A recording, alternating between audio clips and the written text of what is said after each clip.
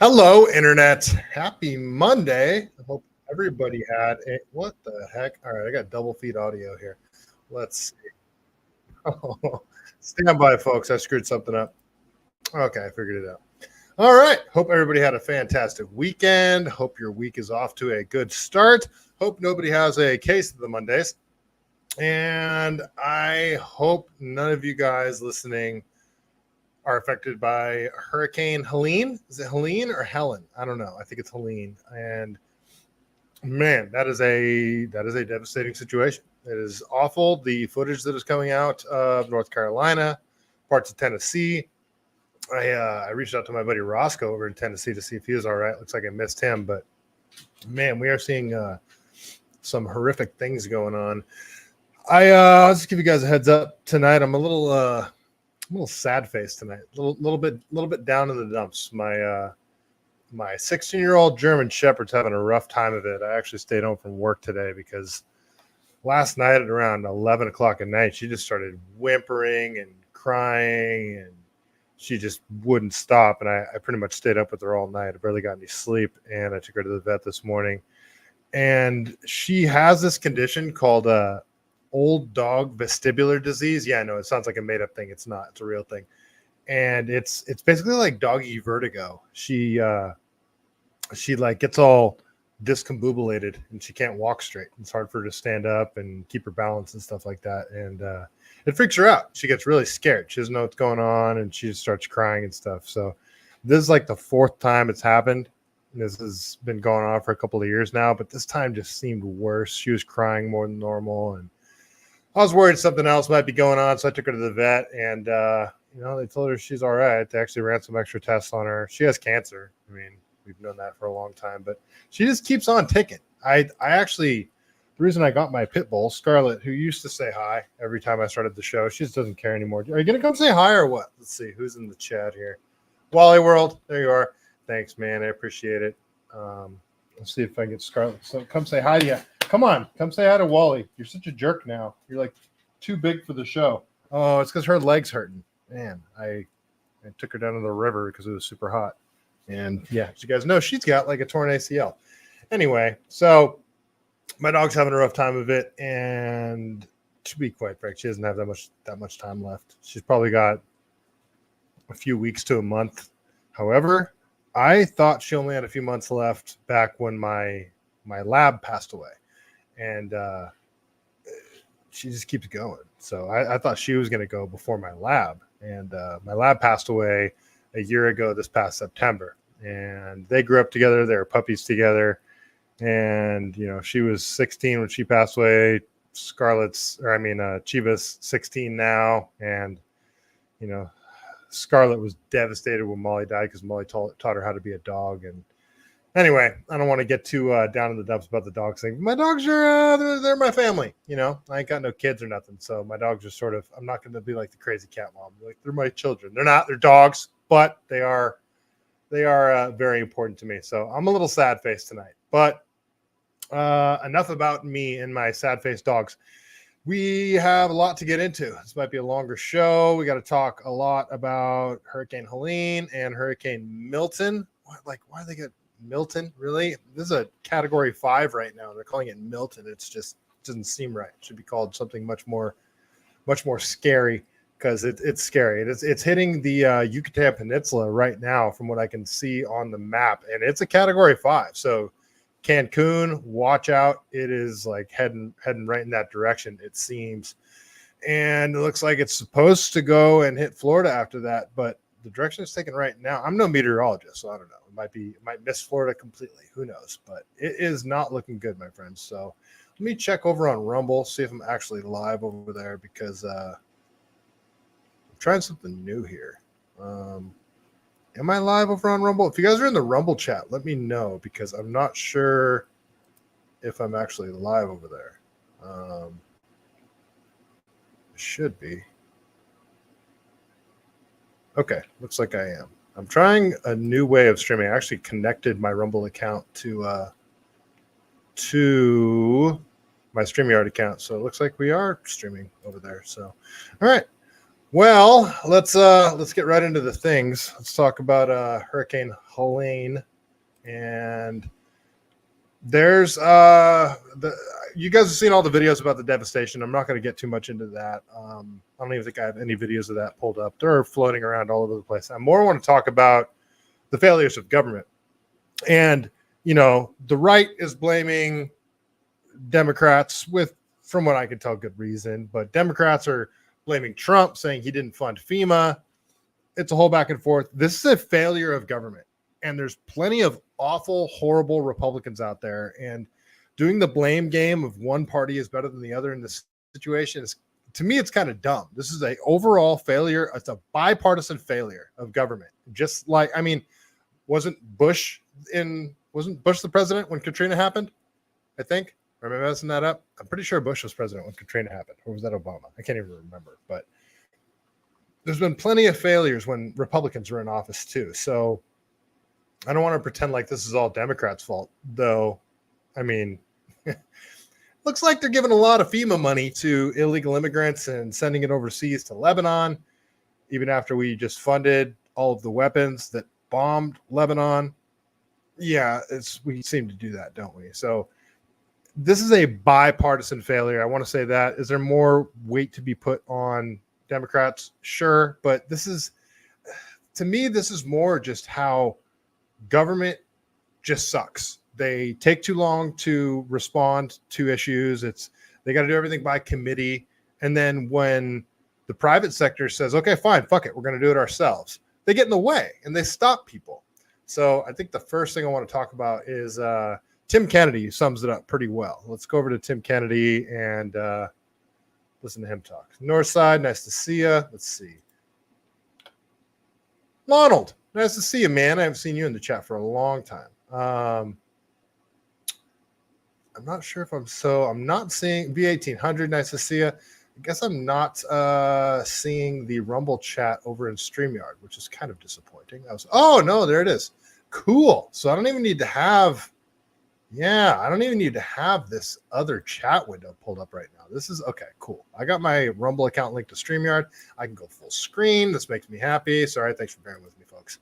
Yeah, this is a budget show over here. We don't got a large budget. This is a high value production at all. So let's go over to Chief Nerd. He's got a clip here, and this is Tim Kennedy talking. If you guys aren't familiar with Tim Kennedy, he's an all-around badass. He was a Green Beret. He was a former UFC fighter. He's a Brazilian Jiu-Jitsu black belt.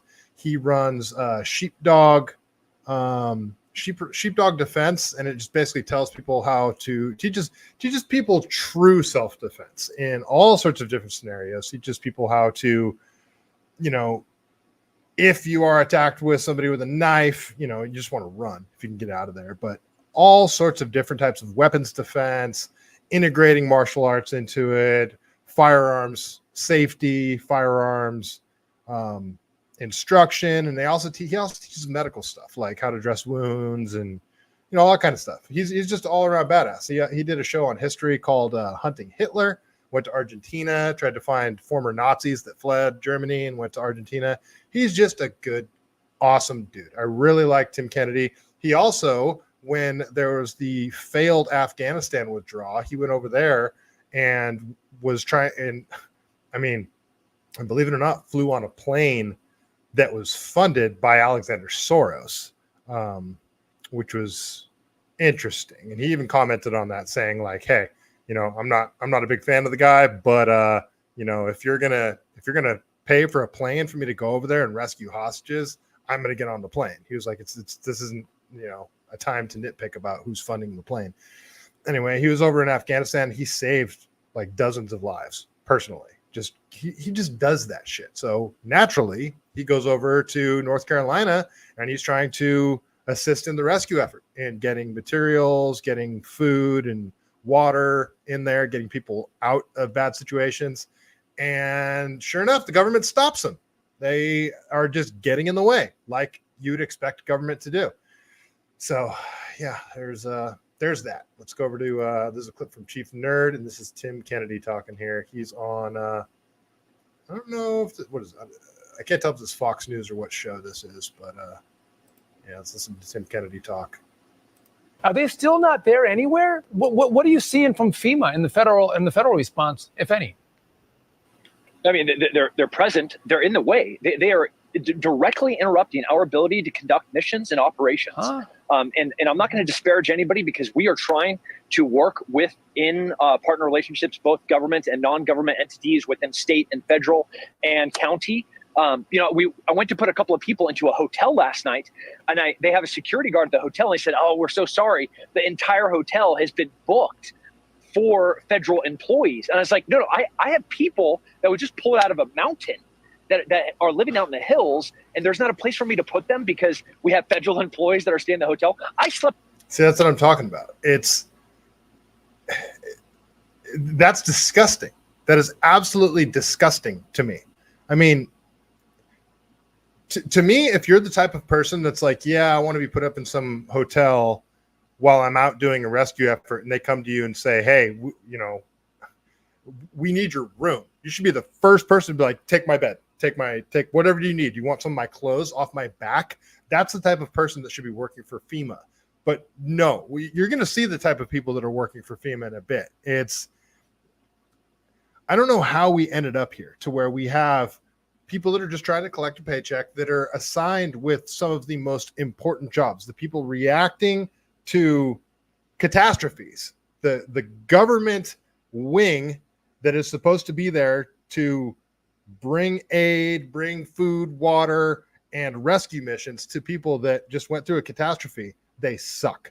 They are freaking horrible. Tim Kennedy's the guy that you want there, but the shitbag pukes are the ones that are actually getting in his way. Everything's backwards. Up in this white car last night. I smell like foot and death right now, as does every single person on our team. Not a single one of us slept. We got done maybe at 3 o'clock. The moment the sun was up and we could fly helicopters again, we were back in the air, and we have not stopped. And I was like on the fence about trying to get on this program or not. I want people to understand how incredible this organization is, Save Our Allies, and all the work that all of these volunteers are doing. But people, this is biblical level devastation. This is apocalyptic, the things that we see out there. These are towns up in the mountains that are 10, 20, 40 miles away from any other town. And people on the ground like you need helicopters from the government, and they will. I'm not going to make fun of her accent. I'm not going to do it. I'm not. Will not release them. I have heard that time and again. And the people who are delivering aid up in the mountains are now getting requests for body bags. Tim, we got to run. You are 100% correct. Oh, you're right about that. And there was a no-fly when the president flew in today. We had to land helicopters to not go rescue people so a photo op could take place. And that's a travesty, and that's unconscionable. If people want to donate, is it saveourallies.com? That's right. And if somebody is stuck somewhere, or you know somebody that's stuck, you can go to saveourallies.org, and you can click on there. Let us know. We have people going all over in the places that can't be reached. That's why we have special operations people working with partnerships to get into those areas. So, see, that's what I like about Tim Kennedy. The guy's like, hey, where can people donate money? And he was like, yeah, you can go ahead and go to our website. But if you know people that need us to go rescue them, please go to our website. And he puts tons of emphasis on that. Like, screw the money. We're here to get shit done. So like that's why I like Tim Kennedy. Lonnie, you don't like his stance on the Second Amendment. I just assumed he would be a Second Amendment absolutist, that you should go and be able to buy a freaking howitzer at Walmart. That would have to be special order, obviously. But I mean, what's his stance on the Second Amendment? So go there, support that organization, and also let us know where to go. Tim Kennedy, you are a great American. Thank you. And I know all of this devastated area thanks you, and Save Our Allies as well. We appreciate you being on the program, just taking a couple moments out of rescuing people to tell us the story. Thank you, Tim Kennedy. Love you, man. So, I mean, there's tons of different people talking about how the government's getting in their way to go and, again, bring food, bring water, bring supplies, go in and actually rescue people from, I mean, at this point, it's not even a rescue mission anymore. There's a lot of people that died in this. People that got stuck in their cars, people that got stuck in their houses, people that got stuck in trees, rooftops. I mean, it's a bad situation. But there's a lot of different people talking about how government's getting in their way for rescue operations, bringing in aid. And Tim Kennedy, to me, is one of the most reputable people in that regard that I could think of. So I just thought that would be the perfect clip to play for you guys. But let's keep going here. This is this is Franklin Graham, and he's the head of Samaritan's Purse. It's like a Christian nonprofit that does Christian organization providing spiritual and physical aid to hurting people around the world. So, the similar sort of organization to Sheepdog Response, I would imagine. So let's see what he has to say here. This is just a quick 45-second clip. This is Franklin Graham. I'm the Samaritan's Purse outside our headquarters here in Boone, North Carolina. We never imagined that our little local airstrip would be used as a helicopter transport helipad. We've got supplies going out here every few minutes, going to different parts of the state that were cut off as a result of Hurricane Helene. Right now, we're taking fuel, we're taking Starlink satellites, and thank you, Elon Musk, for helping with that. And also, it's amazing how Elon's not getting any credit for that. Like, they just they hate him so much that they can't even acknowledge the fact, like, hey, the only way that anyone is getting internet in these areas that have been absolutely devastated is because Elon Musk, that created this insane thing that flies through the sky. And when you look at it at night, it's like, what the hell is that? Like, anyway, if you guys seen Starlink at night, it's crazy to see. It's literally a link going through the stars. It's the most insane thing to see. It's just, we live in the craziest times, and nobody's talking about how Elon brought internet to all these people.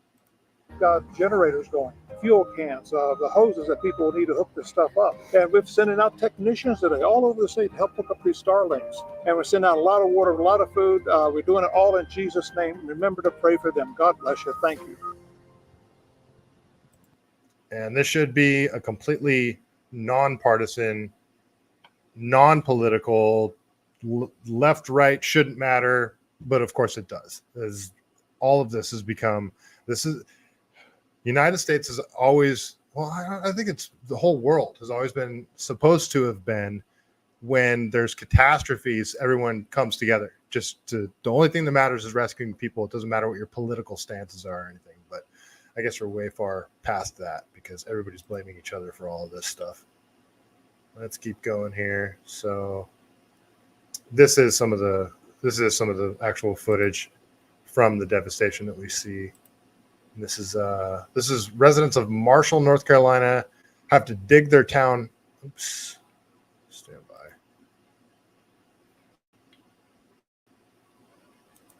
Stand by. I started playing some audio in my ear on accident. All right. So this is from Wall Street Apes. Residents of. Let me share this. I was sharing the last tab, right? Damn it. Let me check. Did I not even play that last video, you guys? Did I do it again? Northside. Tim has some sus anti-2A views. Huh. I don't know of any. You guys will have to inform me on those. Let's see. Danger. I like Tim. Nope. He wants restrictions for us civilians. Huh. Like what? Damn it, Tim. Yeah, that's frustrating. Huh. What? Like he doesn't think we should have fully auto weapons? Man, that's disappointing. That is completely disappointing. Okay, let's keep going here. So this is from Wall Street Apes. Residents of Marshall, North Carolina are having to dig their town out of the mud after Hurricane Helene. This small town only has a population of 872 people. Where's FEMA? This is a resident video not being broadcast by the mainstream media. Let's see. So this town, yep, absolutely covered in mud.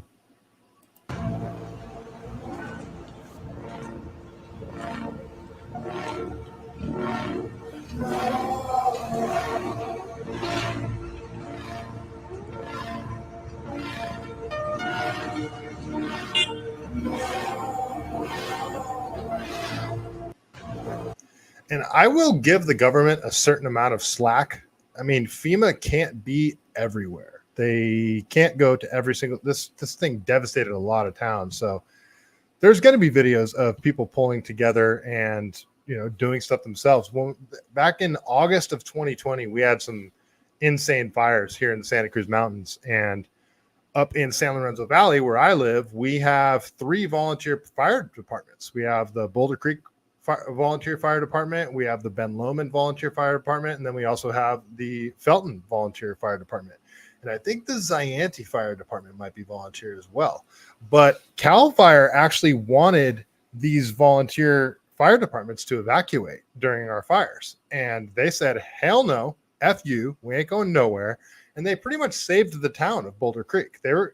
That town probably would have burned to the ground. Like all of downtown Boulder Creek probably would have burned to the ground. The Brookdale Lodge probably would have burned to the ground. A bunch of Ben Lomond, maybe even Felton. It might have gotten over into Henry Cal State Park. I don't know. It seems like they cut the fire line.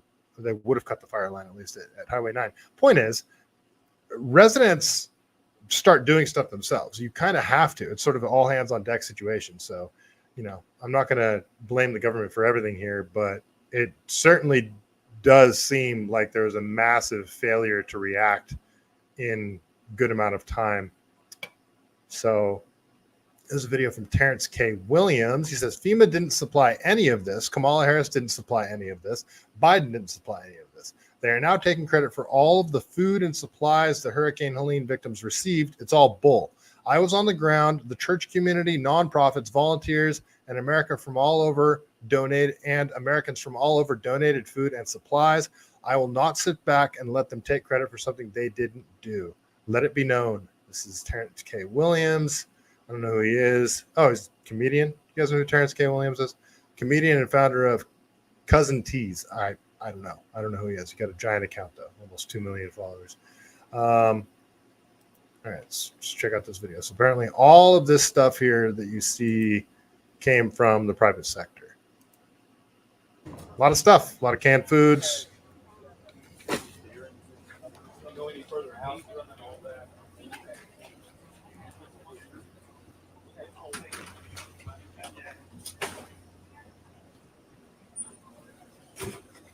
A lot of stuff.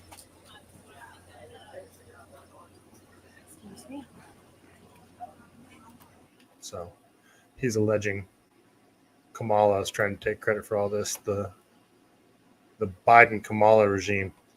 All right, so this is from Lisa Hudson Cho, and she says, and I don't know, I'm hearing a bunch of different stuff about this $750 that apparently everybody's going to be getting, as long as they can go online and apply. Then they get approved for this money, similar to the Lahaina fires, where they have a massive disaster and they get $750. $750. That's what they get when illegal immigrants are coming here, and they're getting monthly rent money, monthly food stamps money sent all over the country, thousands of dollars every month being attributed to or being allocated for illegal immigrants that shouldn't be here in the first place. And then victims of a massive hurricane and flooding get a single payment of $750. Well, Lisa Hudson Cho is alleging that the $750 that our generous administration has offered the victims of the Hurricane Helene is a loan. They now have 1 year to pay it back. A loan. Are you kidding me? The level of wickedness that our government has stooped to is unbelievable. So I don't know, you guys. I don't see any community notes on this, but let's see what this guy has to say. I don't know if it's really a loan. This is just what people are saying. I'm gonna try my best. I've been trying to make this video for the last 15 to 20 minutes, and it just blows my mind. The level of depravity some of these people are going to go to. So there is a FEMA man who came on and explained something very serious about the $750 that you guys don't know. I hate the piano music that tells you how you're supposed to feel. We get it. It's already a sad situation. The guy's clearly sad. We don't need the piano to tell us that it's sad. Sorry. And that they're not going to tell you. And unless you have a magnifying glass in the contract that they're going to sign during your inspection, you'll never see it. So you're going to hear it from me and hopefully from everybody else who is going to share this shit around. The $750 is a loan. It's not free. They're not giving it to you. It's a loan. And if you don't pay back that $750 loan within a year, they're going to seize your property. So do not take the money. Doesn't matter how hard you feel life is right now. Don't take it. It is a carrot on the string. They're trying to bait you. Don't take it. Do not take it.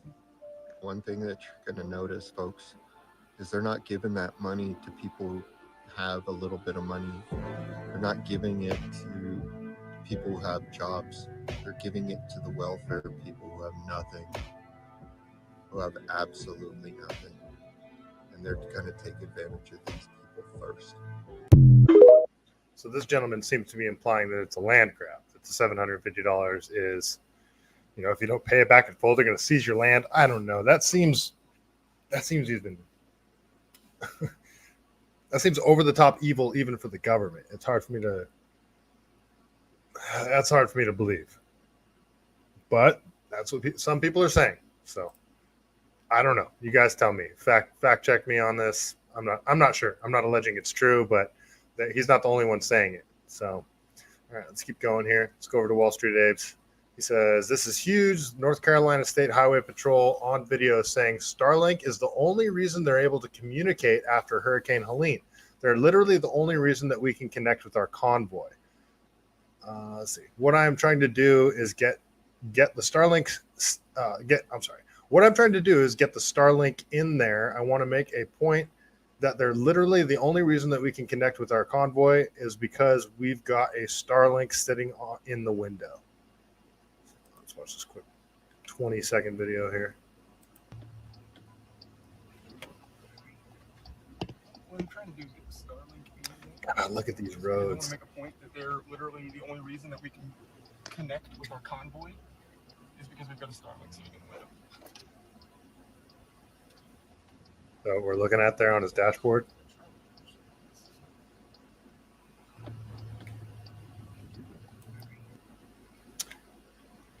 And Starlink is amazing. We've got it at our shop. It's a very cool thing. Danger, what do you mean he makes pancakes? I don't get it. What does that mean? All right, let's keep going here. Okay, this is from End Wokeness. Yeah, people have been there's so many people that lost everything, that don't have insurance. Just all their shit's just gone. They got to start from scratch. I mean, this is going to destroy people. So this is from End Wokeness. 26 out of the 28 North Carolina counties wrecked by Hurricane Helene voted for President Trump in 2020. 527,000 Trump votes, 113,000 Biden votes. Many won't be able to vote now. So he's pointing out how people lost their IDs. They lost everything, So this is a shot of, who voted for who in these different counties. I have no ID. I have no way to pay for food. He has no way to get gas. We're stuck. So we have to sleep in a car that's leaking with the same clothes we've had on since the... It was a 30-foot wall of water just pushing through Lake Lure all the way down. My house washed away. I had a cat. I had 2 geckos. I lost it all. It was like by a miracle that we made it. I started to call 911. I could not get through. I called again and I was able to get through. And I said, the water's coming in our house. And they said, get to higher ground. And I was like, okay, we're going in the attic. And we're overwhelmed with calls right now. That's all we can tell you to do. Your adrenaline's pumping. It's like, this is, you're saving your life right now. I have no ID. I have no way to pay for food. Bad situation, folks. Bad situation out there. Let's keep going here. All right. So this is what I was talking about earlier. So this is from End Wokeness, and this is a FEMA disaster preparedness meeting. And this shit is mind-boggling to me. These are the people in charge of rapid emergency response, because like that's the key to all of this is rapid. How fast can you get aid and rescue out to these devastated areas? Instead, they're talking about equity of services, like how they're going to distribute services equitably, not just, oh, freaking, I can identify someone needs help. Let's just get them out there. Let's just deploy resources.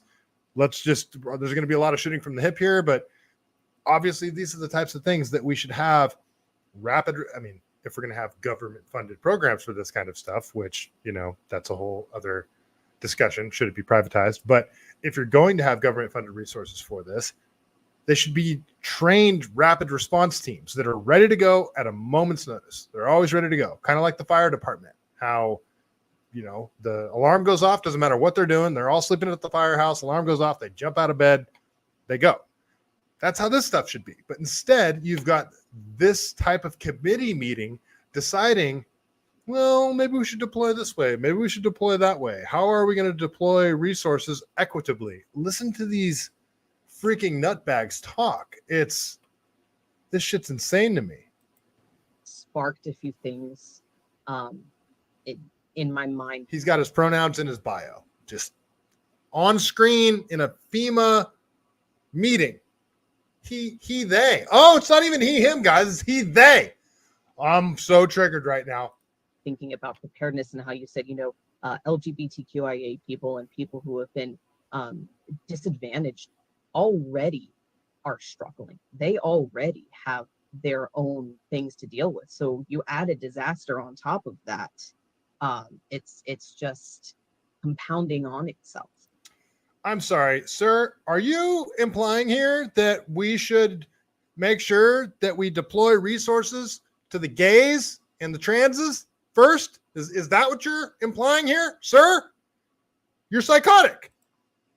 And I think that is maybe the why of why we're having these discussions, is because it isn't being talked about. It isn't being socialized. We're not paying attention to this community. It's the whole community. They're part of the community. Sure, if they're gay, they're trans, whatever. If they're in trouble, deploy resources. If they're straight and the color of their skin shouldn't matter. Just this is insane to me. And he says things like the why. These people just like to hear themselves talk and on their soapbox. This is infuriating to me. Thank you so much, Maggie. Thank you. Maggie. Yeah, there are she, things her. that are intersecting in my mind here.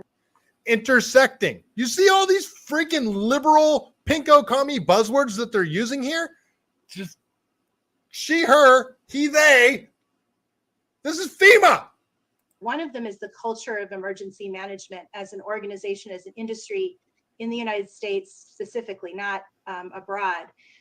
This has, and my cat sometimes does this, she gets really loud. Don't give a shit about your cat. Allow for the little meowing in the background.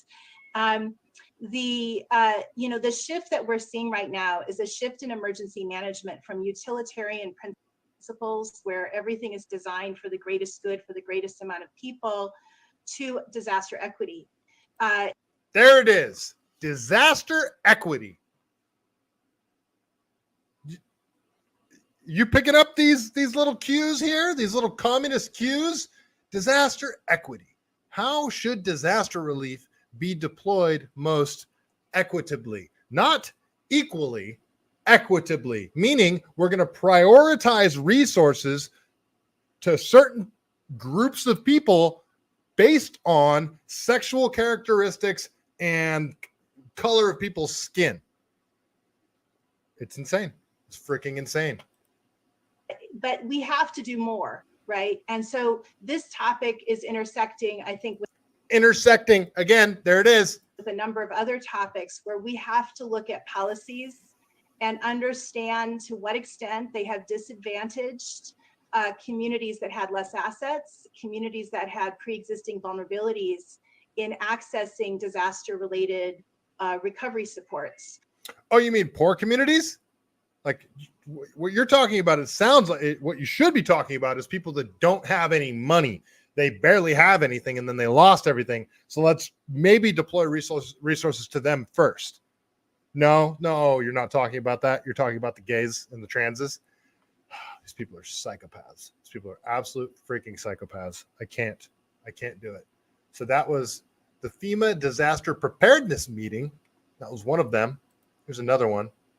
This is this is from Libs of TikTok this time, but actually this is also from End Wokeness. Let me actually see what he's had to say on this one. So this is just two different clips from the meetings that he pulled up. One of FEMA's priorities, not satire, the misgendering of undocumented immigrant trans women in shelters. You've got to be kidding me. Oh God, this is we live in a Saturday Night Live skit. Back when Saturday Night Live used to be funny. This can't be real. Oh, hold on. Sorry, I forgot to share it. At least I caught myself this time. This can't be real. This absolutely can't be real. Oh my God, this person can't be real. This has to be satire. They have to be trolling us. As Leo mentioned, there were those conversations, not only with migrant trans women. Being a migrant trans woman, there is an undocumented concern. There is also a concern of whether they would trust the places that are offering shelter that are faith-based because of the way they've been responded to in the. Wait, hold on. The transes the illegal immigrant transes aren't going to trust the Christian centers that are giving people stuff. Is that what you're implying? Is that what you're saying here? I can't. Ask, then if they are accepted, what would happen in terms of misgendering, in terms of bedrooms and bathrooms, etc. And then so the organizations that are going to give you food and shelter, you're worried about them using the wrong pronouns. Is that what you're saying? That a man might have to pee in a urinal? The man that thinks he's a woman is going to have to pee in a urinal? Is that what you're saying here? And in addition, this is FEMA. So that's, I guess, what we can expect from FEMA. This is insane. B Sizzo, what's up, man? I feel like I haven't seen you in a long time. Cousin Terrence Howard. Let's see. B Sizzo over on YouTube. Daedra over on YouTube. Gank01 over on Rumble. Like the people affected are trans. Yeah, it's illegal immigrant transes is what she's also saying, that we need to specifically be worried about the illegal immigrant transes that are affected by this. I can't, you guys. Okay, let's keep going here. Let's keep going with the shenanigans because this is insane. All right, this is a clip from a friend of the show, friend of mine, Eric Abenante, and he says Laura Trump forces Dana Bash to admit Democrats allocated a much larger sum of money for illegals than Americans in need of disaster relief post-Hurricane Helene. Then he quotes her. All right, then he just quotes the video. Then his final comment is, yes, Dana, the tranche of money allocated to illegals is far more than the sum of money allocated to Americans in need during an emergency. Thank you for agreeing with Trump. Yeah, if you guys don't follow Eric Abenante, you should. He is an awesome dude, and he does a really good job of finding like obscure clips of things and clipping them and putting them on the internet for the world to see and giving his opinion. He does a good job at that. And you need to start watermarking his clips because everybody always steals stuff from him. All right, let's go here. All right, this is Laura Trump talking with Dana Bash over on CNN.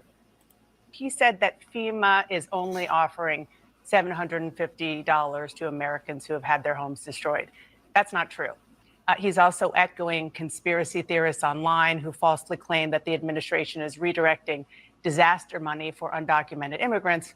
That's also not true. Why is he spreading misinformation in a crisis like that? And does that concern you about your fellow North Carolinians and how and whether they could actually get help? So before Laura responds, I would just say it doesn't matter like what bucket they're pulling the money from. The fact of the matter is we're giving tons of money to illegal immigrants that aren't supposed to be here in the first place.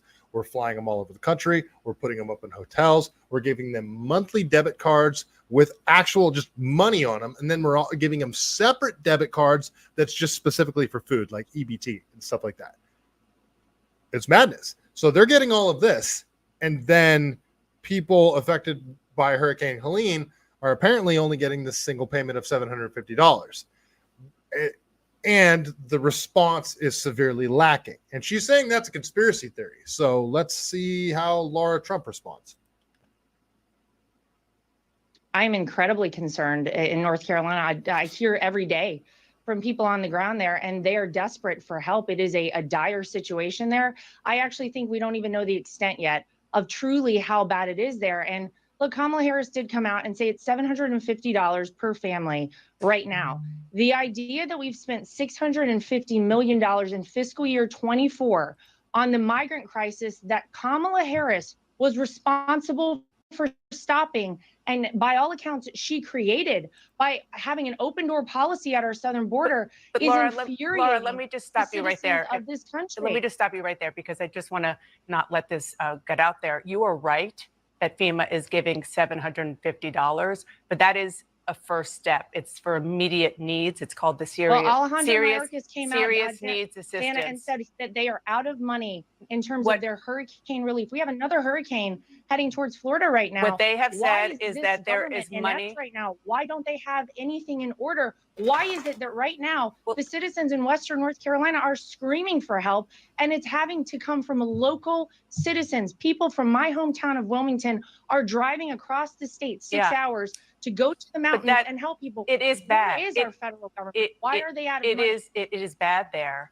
but my question is about the misinformation, particularly the notion that they are moving money to migrants, to, you say, undocumented migrants, which FEMA says flatly is not true. And if people are not getting correct information, then they can't go for assistance as they have been asked for. I just want to quickly play what Senator Tom Tillis. Let me just say for 1 second. Go ahead. You have.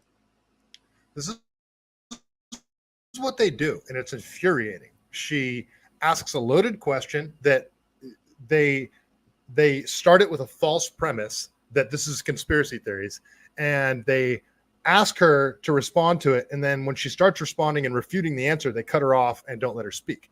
JD Vance called them out on this pretty eloquently during the debates. Actually, it might have just been an interview, but this is what they do. Then they give these softball questions to anyone on the left. It's so freaking partisan. It's unreal.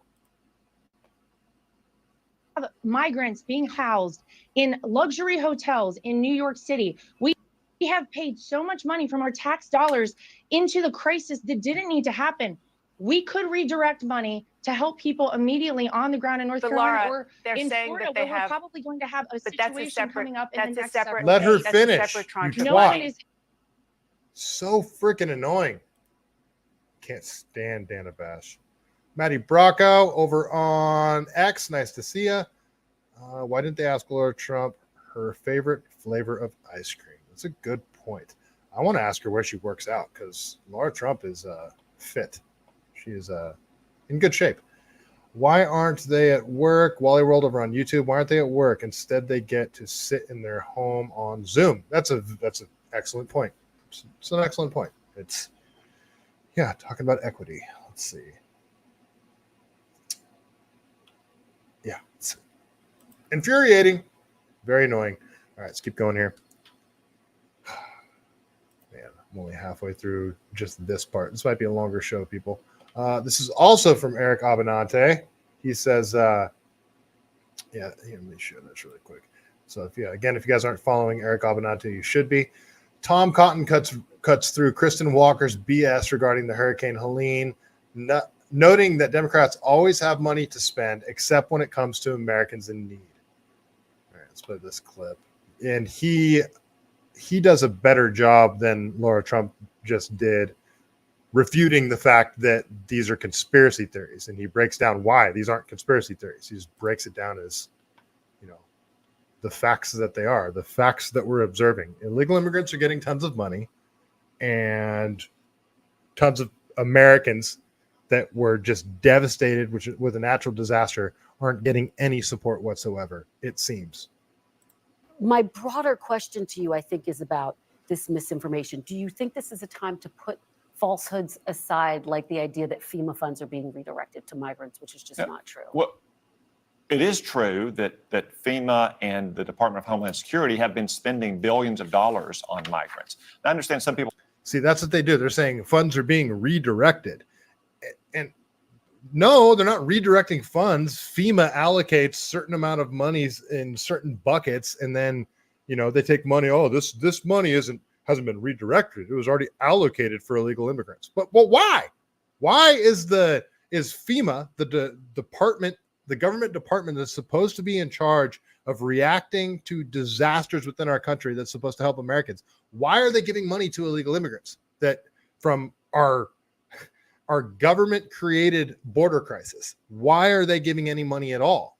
It makes no sense. So it's not a conspiracy theory to say that. It's insane.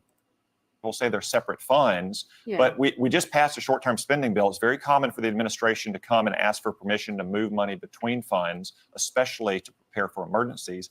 And second, I would note that this administration seems to have no problem finding money when they want to spend it on their priorities. When they need hundreds of billions of dollars to pay off student loans for graduate students in gender studies programs, they somehow find it. When it's trying to get helicopters to deliver food and water and cellular service and life-saving medicine into these mountain valleys, they somehow can't seem to find the money.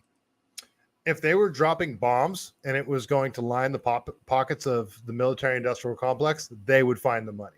And that would be a bipartisan effort. If they wanted to send this money to Ukraine or Israel, they would absolutely find the money. But since it's not going to line the pocket, it's not a money laundering operation for the elites, it's just going to help out citizens, well, they don't really want to do that so much.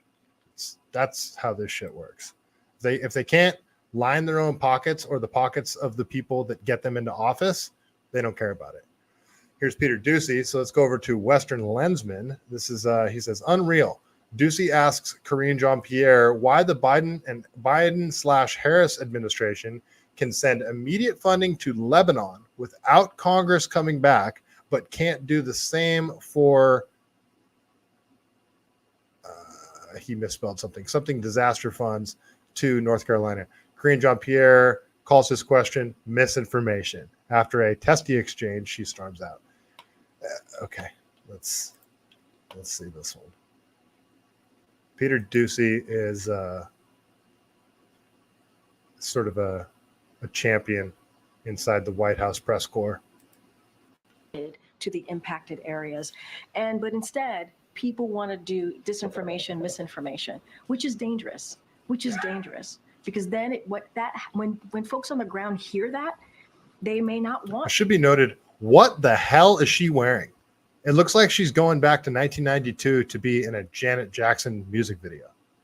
To ask for the help that they need. That is there for them.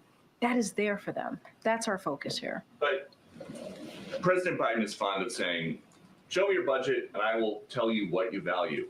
If he's got money for people in Lebanon right now, without Congress having to come back, what does it say about his values? There's not enough money right now for His people values, in North Carolina who need it. That's not misinformation. Wait, no, that is your whole premise of the question is misinformation, sir. What you don't, yes, it's misinformation. Is there money I just Lebanon mentioned, right now? I just mentioned to you that we provided more than $200 million to folks who are impacted in the area, and I just shared with you that people are deciding not to. Wait. To Congress that there's not enough money to help people. We're in North talking Carolina about the SBA disaster loan. That's money for people in North Carolina, and that's important. And people in North Carolina need that. Wait, this is nothing new, Peter. This is nothing new. Congress comes together, they provide money, millions of dollars for disaster relief. We're asking them to do the job that they have been doing for some time. From a letter that President Biden doing sent to for some Johnson, McConnell, time. Schumer, and Jeffries. The president's letter is not misinformation. Would you agree? No, the way you're asking me the question is misinformation. There's money that we are allocating to the impacted areas, and there's money there to help people who truly need it. There are survivors who need the funding, and it's there. That you don't like misinformation. I said that, I actually said we have the money available to help survivors of Hurricane Helene and also Hurricane Milton. Now, there's going to be a shortfall, right? Because we don't know how bad Hurricane Milton is going to be. And so we're going to need additional funding. That's exactly what I just asked about. And you said it was misinformation. Yes. What you're asking me is why Congress needs to come back and do their job. That's what you're asking me. Congress needs to come back and do their job and provide extra assistance, extra funding to disaster relief fund. That's what Congress needs to do, and we're going to continue to urge that. You may not want that, but that's okay. That's what this president wants, and that's what the vice president wants. Thanks, everybody. Sorry, Peter. I got to run. I have to go to a Paula Abdul concert. It's freaking frustrating. All right, let's look at this Hurricane Milton situation a little bit, because this is not looking pleasant. I guess I'll share this. I don't really need to, but incredible satellite on weathernerds.org of Milton currently. Lightning in the center is intense. Signs of maybe even more strengthening. Currently 180 miles an hour, 905 MBs. And I guess the lower that number it gets, the worse it is. And Hurricane Katrina, I believe, was 905. So this thing is, they're calling it a monster. And it looks like it's like right at, what is that? Let me look it up really quick. What is the name of that city? Right on the, what is it?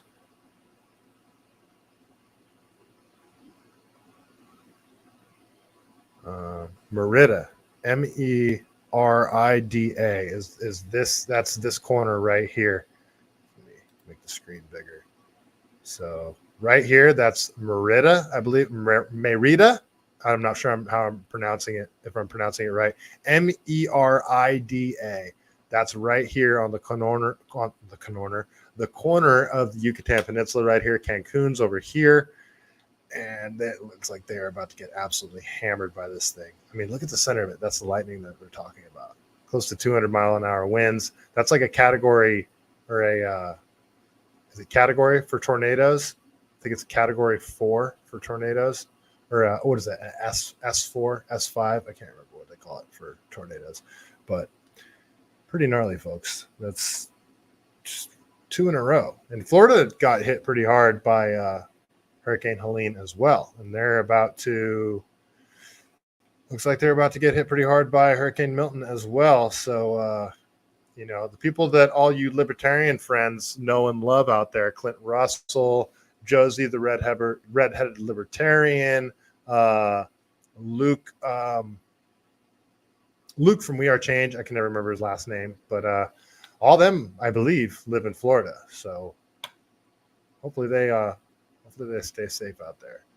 So this from okay. So now it's tinfoil time. All right. It's tinfoil time, folks. And I'm not saying that I think these hurricanes were man-made, made by the government or anything like that.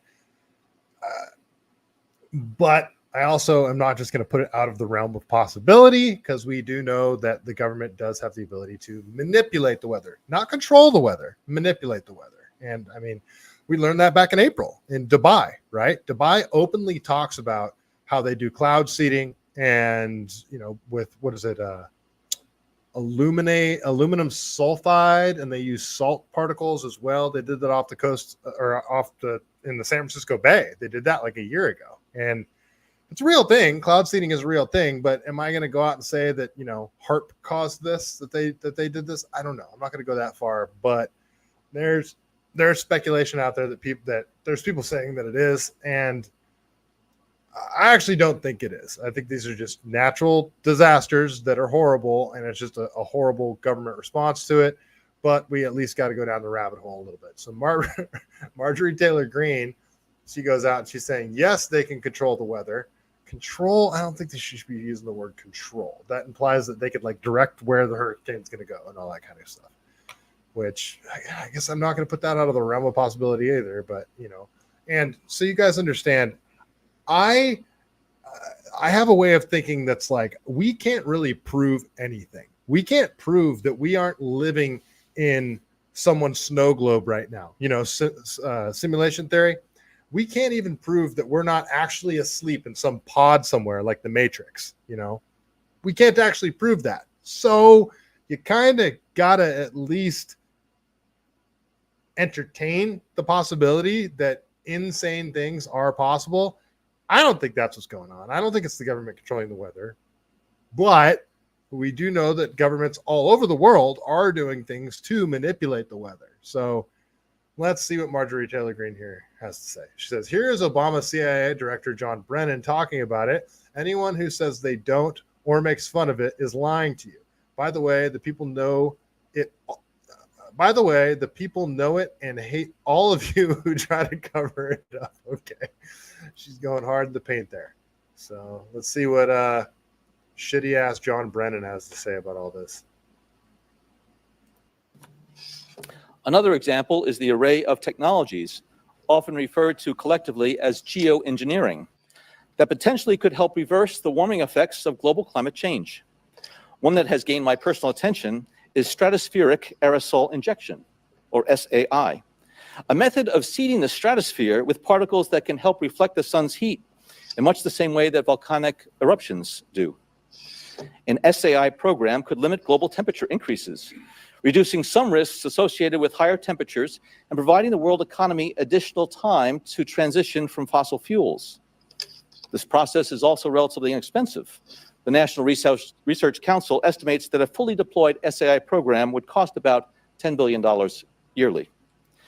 As promising as it may be, you know, I'll pause, and since I seem to have a bunch of you guys on the stream right now, I should take this moment to request that you guys hit that like button. I know it's annoying to ask, but it really does help small shows like mine that have a tiny little budget. I don't even have a budget. It's just me. I just do this. So if you hit the like button, subscribe, share, if you're no matter what platform you're watching on, if you want to give it a repost, if you're watching on X, comment, all that stuff greatly helps the algorithm and, you know, spreads the podcast further. So if you guys want to help out that way, it'd be much appreciated if you give the show a like there. All right, let's continue on with shitty ass CIA John Brennan. moving forward on SAI would also raise a number of challenges for our government and for the international community. On the technical side, greenhouse gas emission reductions would still have to accompany SAI to address other climate change effects, such as ocean acidification, because SAI alone would not remove greenhouse gases from the atmosphere. On the geopolitical side, the technology's potential to alter weather patterns and benefit certain regions of the world at the expense of other regions could trigger sharp opposition by some nations. Others might seize on SAI's benefits and back away from their commitment to carbon dioxide reductions. And as with other breakthrough technologies, global norms and standards are lacking to guide the deployment and implementation of SAI and other. See, they use climate change as the reason that they need to actually try to manipulate the weather. They call it geoengineering because they're trying to help us all. You guys, that's what they're trying to do. And it is ironic that everybody's blaming these hurricanes on climate change. So if I had to bet, if it's not a just natural occurring thing, because hurricanes have been occurring naturally for a very long time since the history of Earth, from my understanding. But if it's not naturally occurring, and I had to put my money on whether it was caused by climate change that came about because of the emissions that come out of our tailpipes, or the government dropping aluminum sulfide into clouds, or salt crystals into clouds and creating rain clouds, and then electric charge, like hitting them with an electric charge. Yeah, I'm going to go with their man-made. That seems more likely to me, that, you know, the exhaust coming out of my tailpipe is actually making these hurricanes really strong. that seems more like the actual dicking with weather is the more likely culprit. But I don't think it's either. I think these are actually naturally occurring hurricanes, but you guys tell me. I'm not saying that climate change. I'm not saying that weather manipulation isn't happening either.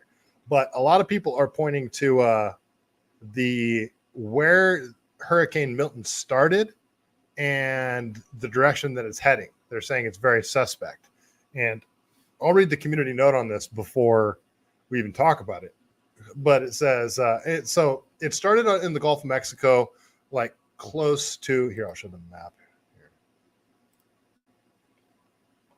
So Hurricane Milton's weird because it didn't start like out past Cuba and come towards Florida. It started closer to Mexico, inside the Gulf of Mexico here, and then it's going towards Western Florida from the west, which is weird. You don't see that too often. But there's a community note on this that says, since 1851, there have been 14 storms that originated in the Gulf of Mexico and tracked eastward per NOAA records. The most recent was Earl in 1998. Okay, well, what percentage of hurricanes? Let's break that down to a percentage number, because okay, so it happens every now and then. It still seems like extremely uncommon that they start there and then, you know, work their way outwards out of the Gulf of Mexico. So this is from Mike Benz. Yeah, so this is all the areas that they're saying that it could hit. But I mean, to me, it looks like it's going more south, and it's going to have to take a turn, because right now it's hitting. Yeah, because it's not even. Well, I guess they highlighted the Yucatan Peninsula right there, so that's Merida again. This point right here of Mexico, Cancun, right here at the point. But yeah, it seems like it's not really taking this direct path towards Florida as of yet. I don't know. I haven't looked at it since the stream started, obviously. But yeah, so that's the community note on this. It says, I've been watching storm tracks since the 1980s. The number of times I've seen a hurricane start there and move eastward like this, 0. So they're saying, nope, it's actually happened 14 times since 1851. Well, how many hurricanes has there been since 1851? And where did they originate? It seems like a very small percentage that actually do this. All right, let's keep going here.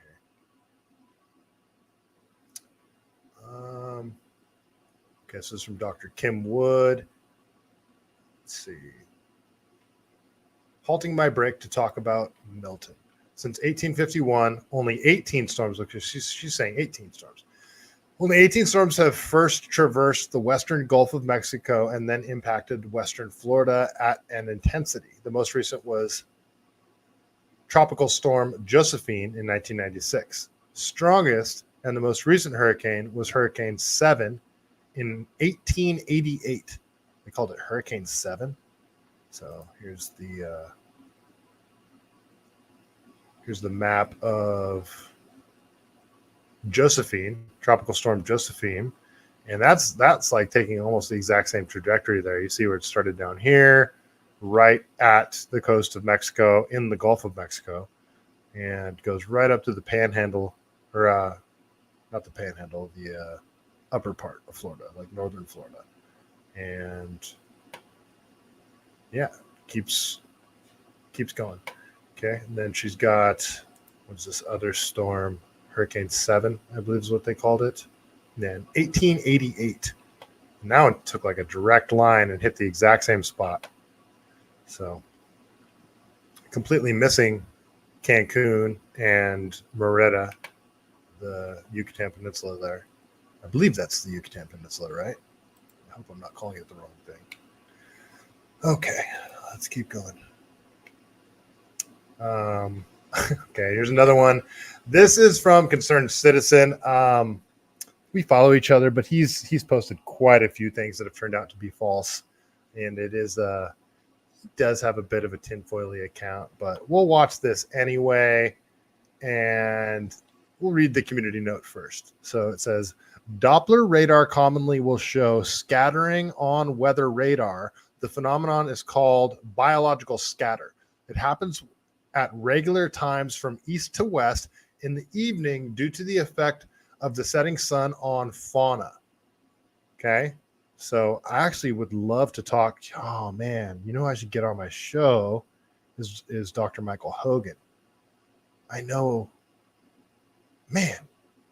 a marine biologist that, yeah, I should get him on my show to talk about this because he specializes in like global warming and all this kind of stuff. So, yeah, he's agreed to come on my show several times. He's actually become a friend of mine.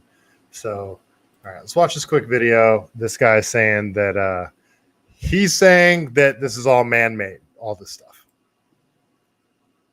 Let's take a look at what's going on in California here. California. This is roughly where Vandenberg Air Force Base is. You see that emanating out towards the coast from there? Watch. Boom. See that right there? Those pulses that look like the Wi-Fi symbol.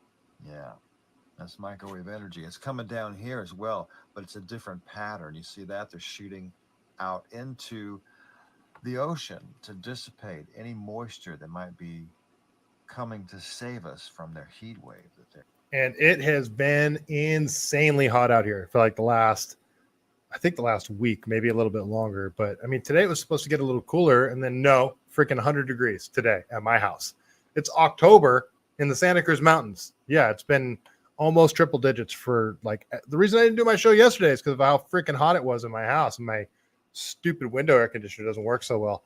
So yeah, it's scorching hot in my house right now. But yeah, he's saying that that's by design.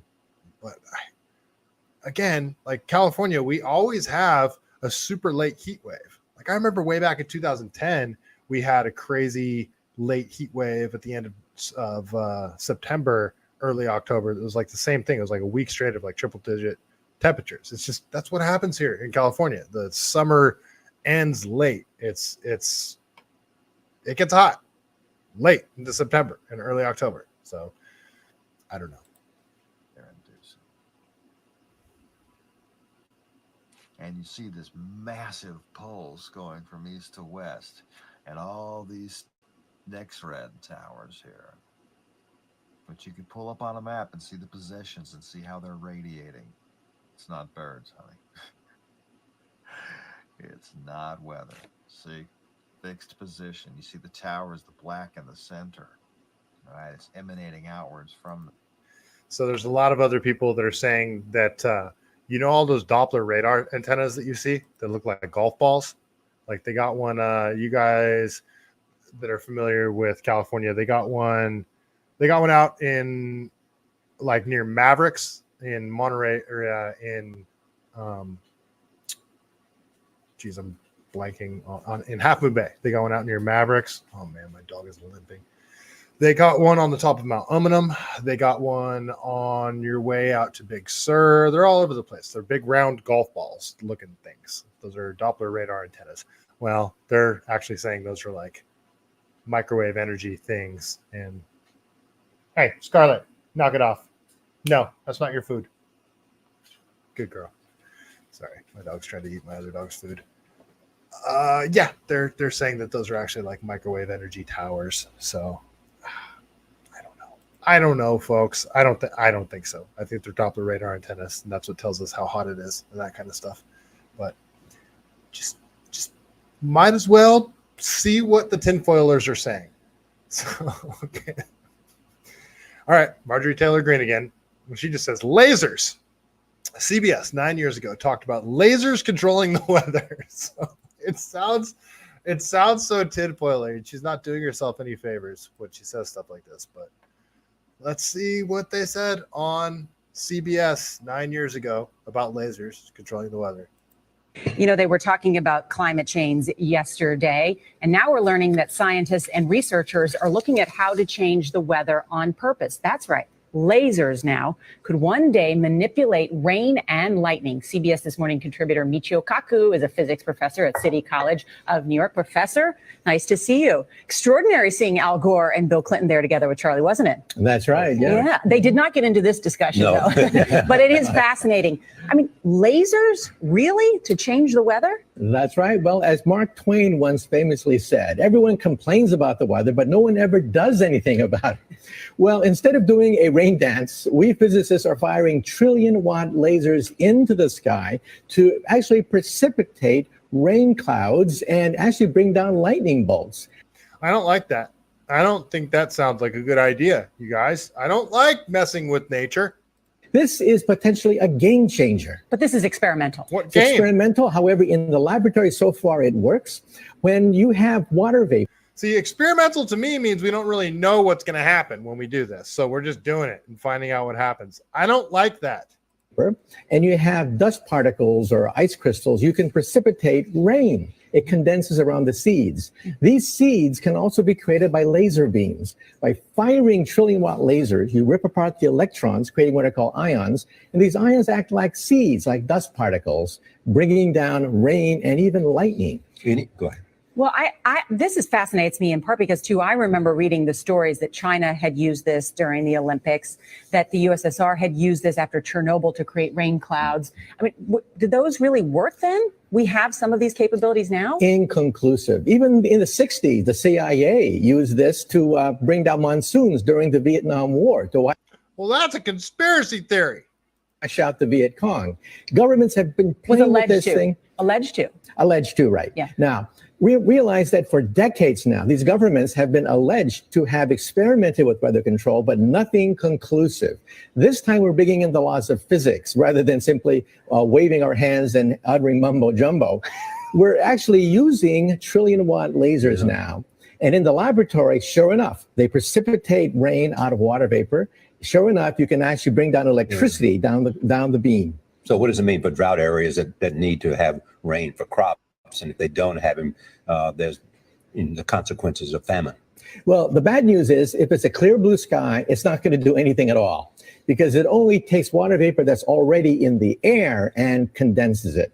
However, for floods, for agriculture, farmers, for people planning wedding parties, football games, you name it, outdoor events and agriculture and flooding and even hurricanes, all of them could be subject to weather modification. Incredibly interesting. I hate it. I freaking hate it, you guys. This sounds very similar to the cloud seeding bullshit that they do. All right, so is this the same lady from ABC? All right, this is from Clint Russell. He just says conspiracy theorists pitching a shutout. So let's see. There's more weather modification crap. Let's see what she has to say here. Is this the same news reporter that was just on there? There are currently 42 cloud seeding projects across the American West, like this one in Utah, where they take planes like this with flares attached. They fly right into the storm and send microscopic particles into the cloud. Particles that act like magnets for water droplets, bonding together until they are heavy enough to fall to the ground as rain or snow. At the University of Colorado, researchers are working on artificial intelligence to deploy cloud seeding drones. And it's not just cloud seeding from the sky. There are hundreds of those things. That shack you see in the foreground is a ground-based cloud seeder. The little flame coming out is sending tiny silver iodide particles up into the sky. When a storm comes through, they go up to 2,000 feet above our head, into the storm, up those mountains, and make more snow than it naturally would. While cloud seeding has been helping get every last drop out of some of the driest years on record, this past winter, Mother Nature came through. The Southern Rockies, which feed the Colorado River, got more than 4 times their average snow. But experts say it's still not enough. As much as cloud seeding is a boost or a help. All right, you guys get it. They're doing cloud seeding. I got a couple more to show that they're doing cloud seeding. Here's Bill Gates talking about it. I hate it. I freaking hate it, you guys. What the thing to me is, like, there's so much open talk about it. There's still people that don't think it's going on. And again, I'm not saying I think these hurricanes were man-made. I'm just saying they are doing weather modification experiments all over the place. Here's freaking creepy ass Bill Gates. Bill Gates is backing the first high-altitude experiment of one radical climate change solution, creating a massive chemical cloud that could cool the Earth. It's called solar chemical cloud. It just sounds bad to me. A cloud of chemicals that they're putting up in the sky. I mean, don't the chemicals have to fall to the ground where we grow food and shit like that? And I mean, to cool the Earth. What if we cool it too much, Bill? What happens then? What happens if we cool the Earth too much, Bill? geoengineering, and it's highly controversial. How long will it be that countries keep experiencing these climate impacts before someone gets desperate and says, hey, we need to cool the planet with solar geoengineering? It would look something like this. Thousands of planes would fly very high and use nozzles to inject millions of tons of light-reflecting particles into... Wait a minute. No. They say that's not happening. The stratosphere. It would create a thin chemical cloud of those particles around the whole planet, blocking some sunlight from reaching the surface. So you guys know when you see like all those lines in the sky that start off really thin and then they start spreading out, and next thing you know, an hour, 2 hours later, there's a thin haze over the sky. You know what I'm talking about? You guys, I've seen that many times here in California. Conspiracy theorist. It would mimic a giant volcanic eruption, which we know cools the Earth. Bill Gates is backing the first... What? Wait, hold on. They just kind of slipped the volcanic eruption part in there. Oh, God. I don't like it. I don't like it at all. All right, this is what they're doing out in Dubai. So you guys remember the flooding back in April that happened out in Dubai? That shit was crazy. Well, here's like, they openly talk about how like, no, weather cloud seeding's a huge part of what we're doing out here in Dubai.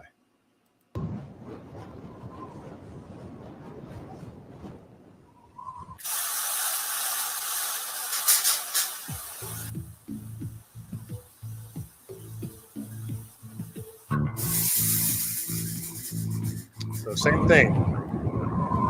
Send planes up in the sky to drop. It is so incredibly hot in Dubai that they are creating rain for themselves.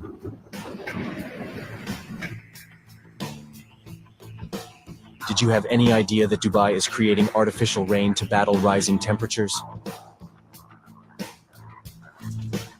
You must be wondering how that is even possible.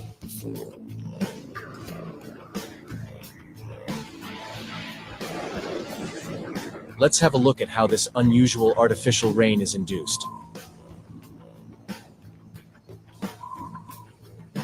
The process used is called cloud seeding.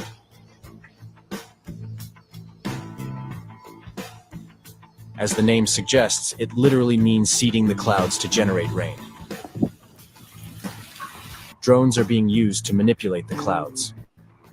They are hitting these clouds with an electric shock, inducing the water droplets to stick together and form heavy and voluminous clouds. So there's two different aspects of the weather modification crap that they're doing. They're what Bill Gates was just talking about, going up and creating clouds that create like a thin layer to reflect sunlight to cool the earth. There's that. Then there's actual cloud seeding, where they're creating clouds that make rain, which is what we're looking at here. Once these clouds are heavy enough, they rain water, and this is how artificial rain is created. This is the most commonly used method of cloud seeding. However, it is not the only method out there. Blasting salt flares into the clouds is another effective way to get the job done.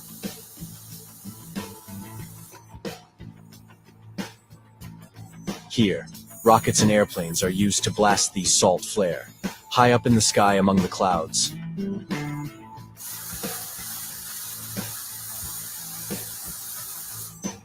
The moisture in the air starts to gather around these salt particles, until the particles become so heavy that they burst in the form of rain. Despite the effective production of artificial rain, there are several consequences to the environment. One of the chemicals used while injecting a shock into the cloud is silver iodide.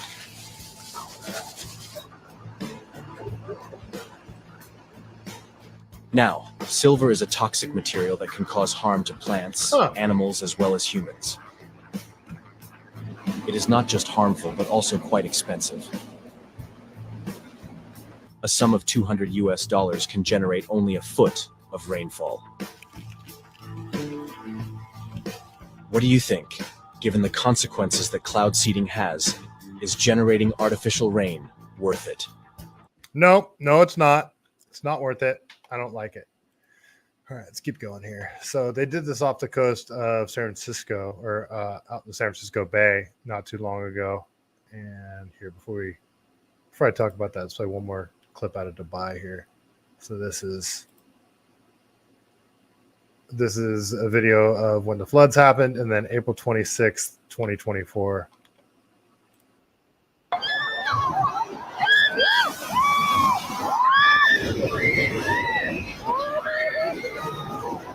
Pardon the screams. For some reason, they just put that over this. It's freaking annoying. I'm going to mute this. That's annoying as shit. Yeah, I don't know why they put screams over it. It's freaking stupid.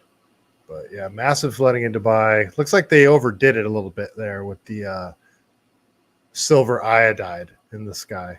Wouldn't you say? A little bit of a cloud seeding oopsies, if you ask me. Yeah, that flooding was pretty insane out there in Dubai. All right, let's keep going. So let's go to an article from the Smithsonian really quick, because this happened in my backyard. It's I don't know if I don't have time to read the whole article. I've read it before, like twice on this show. So a secretive experiment released salt crystals over San Francisco Bay could help curb warming.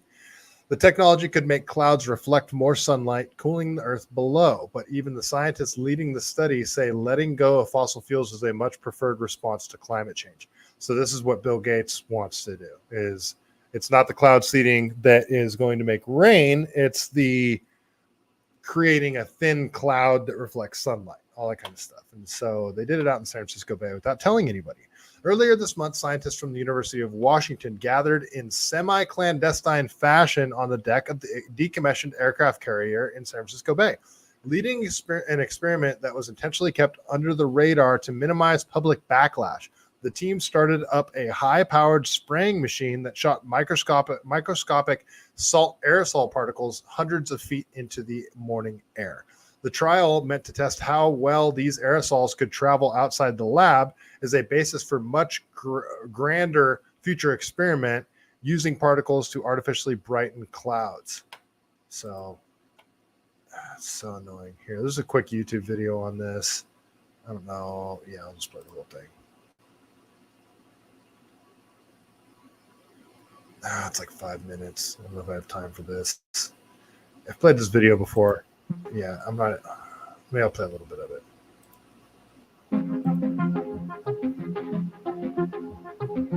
So we've known for a long time that aerosol particles form clouds, that every cloud droplet forms on what we call an aerosol particle. It wasn't until the 1990s that we really started to understand that this actually could be a significant effect on climate from human-produced aerosols, anthropogenic aerosols, as we call them. So this idea of MCB, or marine cloud brightening, is the idea that when you introduce additional particles, extra particles, we call aerosols, in the vicinity of clouds, they act to make the clouds more reflective.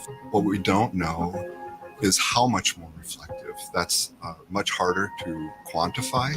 So the question is whether these techniques can be used to brighten clouds sufficiently. See, I immediately think, so you guys are just dicking around with this stuff and you don't know how effective it's going to be.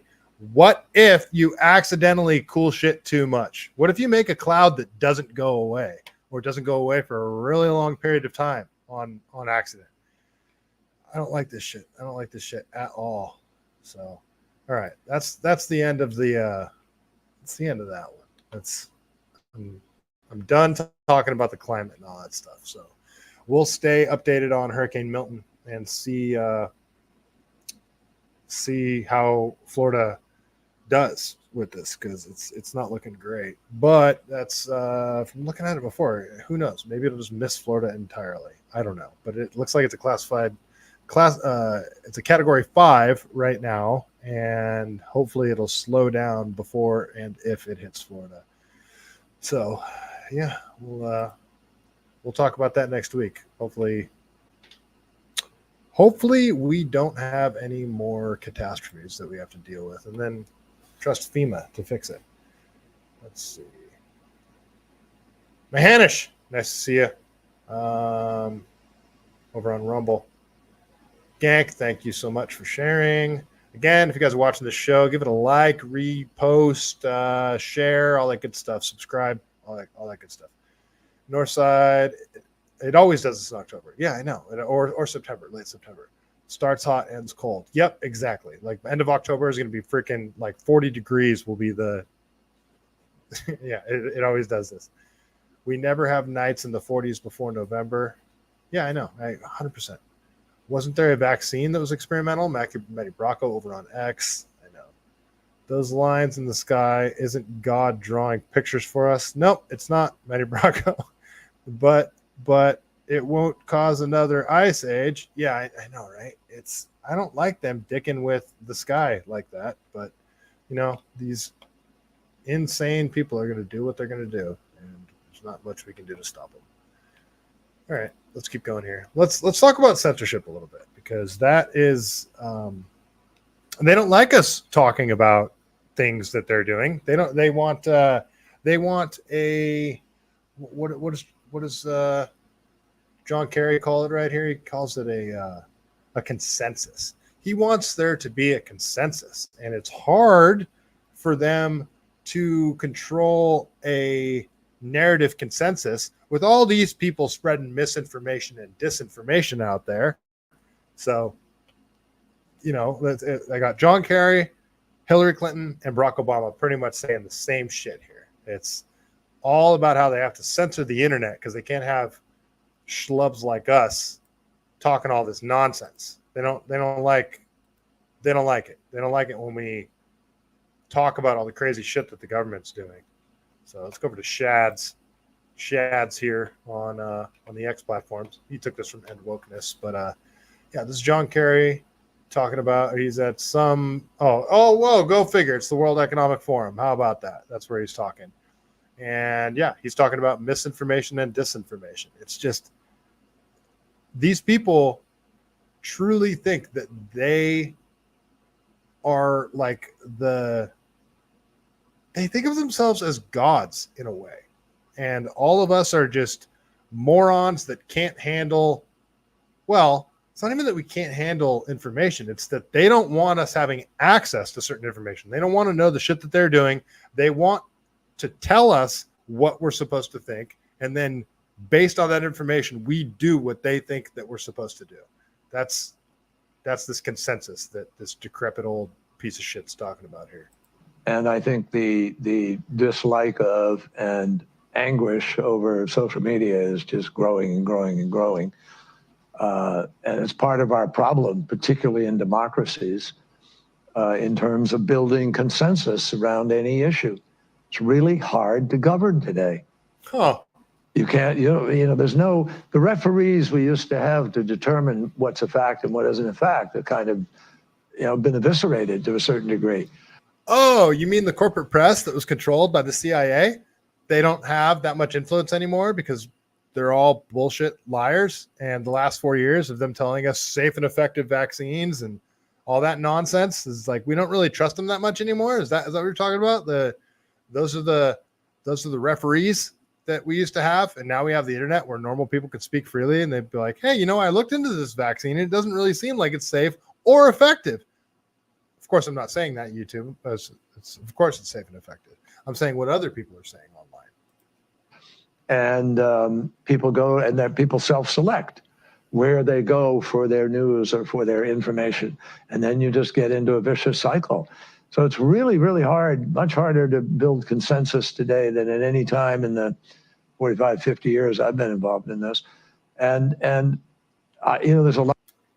50 years that he's been involved in this.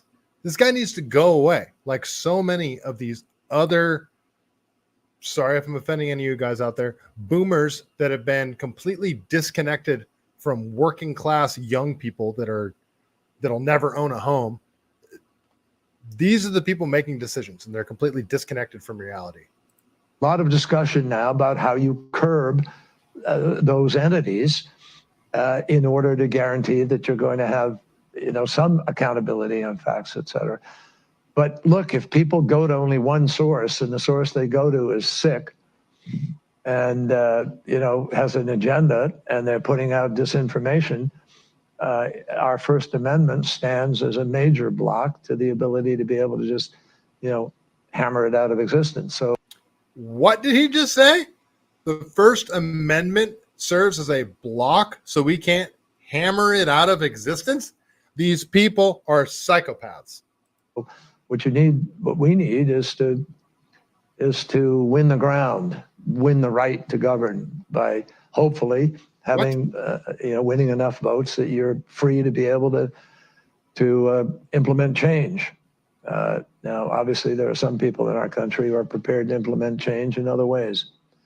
And so that's you're really questioning dangerous. really if democracy can survive unregulated social media. I think democracies are very challenged right now and have not proven they can move fast enough or big enough to deal with the challenges that we are facing. And to me, that is part of what this race, this election is all about. Will we break the fever in the United States? Psycho. Okay. Let's listen to Hillary Clinton talk about that exact same shit. These people are psychopaths. This clip isn't as long, but it's the same, in the same vein. Oh, I apologize.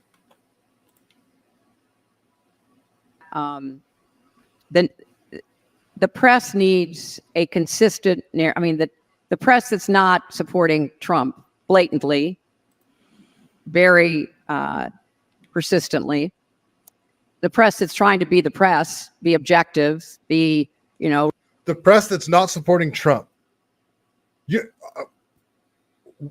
Listen to what she's saying there. Unless you have this accepted narrative, you're against Trump and half the country, you shouldn't be allowed to say things. Is that what you're saying, Hillary? reporting the facts. The press needs a consistent narrative about the danger that Trump poses. Just these people are psychopaths. They need to control the narrative. They need to control the narrative around Trump. This is the same woman that called people that voted for Trump deplorables, lumping all Trump voters, not people that are hardcore MAGA, but if you voted for Trump, you are now deplorable. Same lady. These people are psychopaths. Okay. Let's listen to Barack Obama talk about the exact same shit. He just sounds a little more slick when he's talking about it, but same thing. This is from Mike Benz. It's just these people are freaking psychopaths. While content moderation can limit the distribution of clearly dangerous content, it doesn't go far enough. Oh, so the government hitting up Facebook, YouTube, Google, Twitter, and saying, hey, you need to moderate this content, this content that says the Hunter Biden laptop is Russian disinformation. You guys need to censor that. You need to kick people with 200 followers off the internet and keep them from sharing it in their direct messages. Yeah, you can't do that because there's 51 CIA agents that say that it's Russian misinformation. Oh, sorry, that was all true. You need to kick people off the internet that are saying that, hey, there might be some ill effects to the vaccine. It might cause myocarditis. It might cause pericarditis. It might cause blood clots. Yeah, you're not allowed to say that on the internet.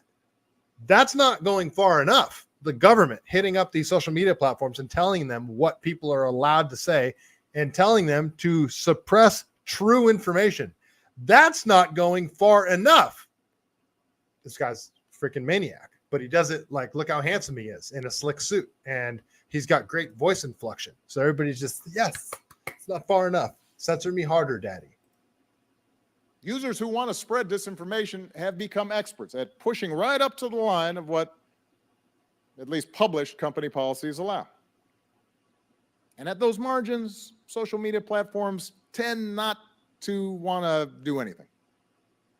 Not just because they don't want to be accused of censorship, because they still have a financial incentive to keep as many users engaged as possible. Now, some companies have been taking the next step in managing toxic content. Right. So the most authoritarian companies like YouTube, Google, Facebook, Instagram, he's like, they're doing a pretty good job. But, you know, this Elon Musk guy that bought Twitter and renamed it X and allowed people to actually say things, oh man, this guy's a problem. Experimenting with new product designs that, you know, to use just one example, add friction to slow the spread of potentially harmful content. Deboosting people. And that kind of innovation is a step in the right direction. Shadow banning. It should be applauded. Shadow banning should be applauded. But I also think decisions like this shouldn't be left solely to private interests. Ah, there it is. The government should be telling these private entities what people are allowed to say. That's what you're saying right there, Obama. These decisions affect all of us. And just like every other industry that has a big impact in our society, that means these big platforms need to be subject to some level of public oversight and regulation. That's not public oversight. You're talking about government oversight and regulation. You want to control what information people have access to and what words people are allowed to say. You're an authoritarian psychopath. These people are insane. Freaking insane. Okay. That's all right. That's it. That's it. I just wanted to talk about censorship really quick because it kind of like goes towards all the other stuff that we're talking about here. You know, and like they want to suppress information that turns out to be true by calling it disinformation and misinformation while spreading their own information that isn't true, like vaccines are safe and effective, our elections are completely secure and legitimate.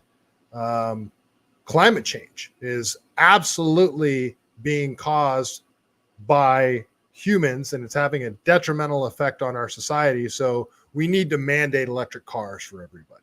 All of these things that can be refuted by highly intelligent people that are using scientific evidence to support what they're saying.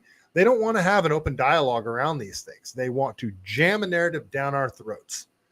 It's not stopping the spread of misinformation or disinformation. It's controlling the narrative. That's all they want to do. It's frustrating. So, all right, we're going to go not switch gears because this is like almost in the same realm. Like, so people that spread information that's really dangerous to them, people that blow the whistle on things, that exposes what they're doing, well, those people are going to be hit extra hard with a punishment. Extra hard. Like this woman, Tina Peters. You guys know Tina Peters out of Colorado and what she did? The whistleblower out of, can't remember what part of Colorado. Let's go check the chat here. Big Heavy, Highway 59 over on Rumble. We will not be right and true until Biden regime is behind bars. It will happen. Hallelujah. I don't know, man. I don't know. I don't even know if that's the answer. But part of me hopes that you're right. Yeah, I don't know. So, okay, let's keep going here. So I want to talk about this Tina Peters situation really quick. She was a whistleblower out of Colorado that showed with a screenshot that votes had been changed. That they changed the votes. They just went in and changed the votesies a little bit there. And so this is from From ABC News, a judge has sentenced a former Colorado County clerk to 9 years in prison for a data breach scheme stemming from false claims of voting machine fraud in 2020 presidential race. False claims. So you see how they're already poisoning the well by saying, nope, it's false. She's got to go to prison for 9 years. They locked this lady up for sharing a screenshot. This is the screenshot that she shared right here. And I mean, I don't know what I'm looking at. All I can see is that the file size changed. That's the only thing that I can recognize. So it's a before and after, shows the file size, and then MD5. You coders out there might be able to tell what we're looking at here. I can't. So we're going to go to some other people that know what they're looking at. But that's what she did. She saved this screenshot. That's what she did. And she's getting 9 years in prison. Think about all of the things that they're not prosecuting against right now that have nothing to do with elections and blowing the whistle and all that kind of stuff. But she got 9 years while there's violent criminals that are being released. They're emptying prisons with violent criminals. They're allowing illegal immigrants to openly deal drugs on the streets of San Francisco, illegal immigrants from Honduras that are attached to cartels. The things that they're allowing in our society where people don't go to prison is insane, is absolutely insane. And then they're going after people like, what? This lady should have maybe got probation because she wasn't supposed to share the screenshot. They're giving her 9 freaking years. She's like 78 years old. She very well could die in prison because she shared a screenshot. It's freaking insane. And people have been insanely propagandized into believing this shit. So this is from Real Robert. He says, breaking, Tina Peters, who is now facing 10 counts and 20 years in prison for preserving the fingerprint, the DNA, and the blood type of how Dominion rigging machines got to the totals in the 2020 election. And when they compared the two images, they discovered that election recounts had been deleted or altered, 29,000 of them. The show's trial starts next week. So this is before the trial began. And I'm going to actually jump over to something that Dr. Humedi discovered over in Santa Monica, California, that shows that what she said is possible is indeed possible. So let's watch this quick video here.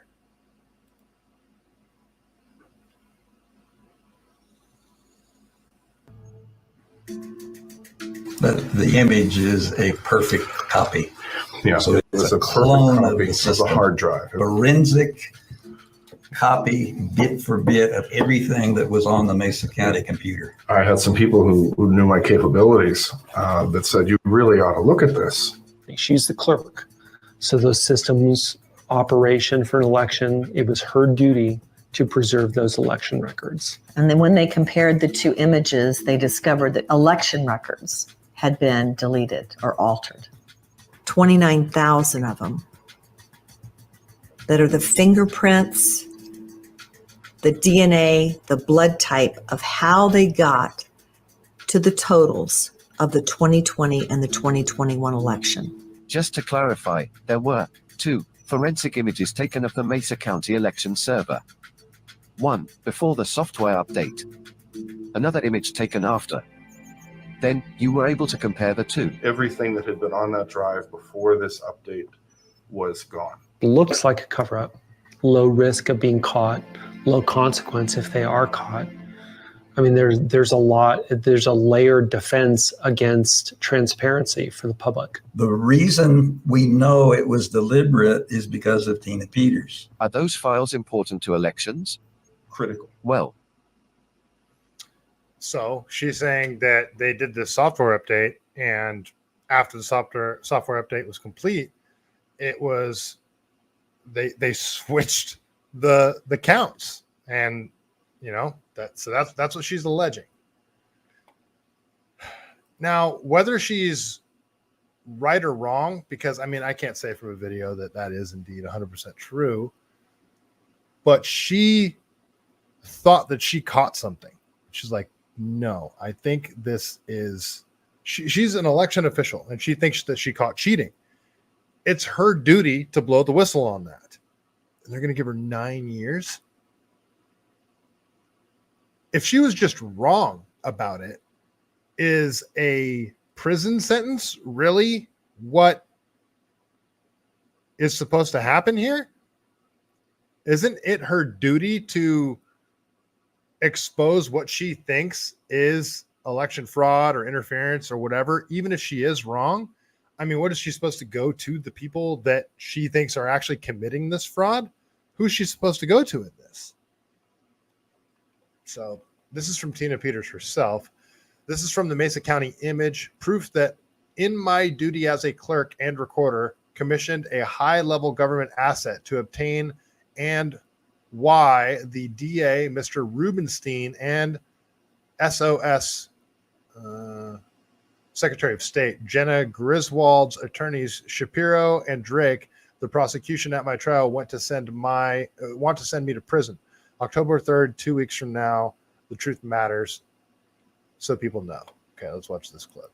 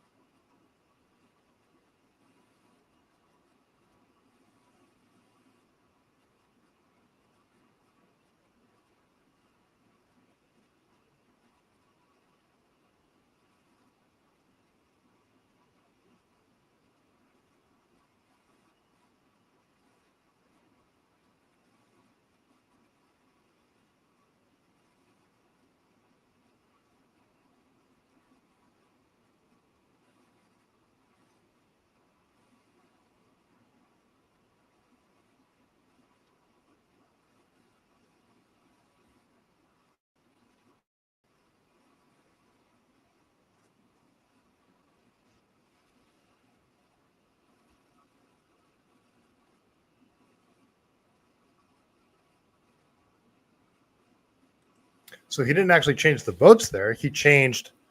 So the vote totals stayed the same, but he just switched who they were for. So the vote totals that were for Trump are now for Biden, and the vote totals that were for Biden are now for Trump. And he just did it right there in real time. No problem.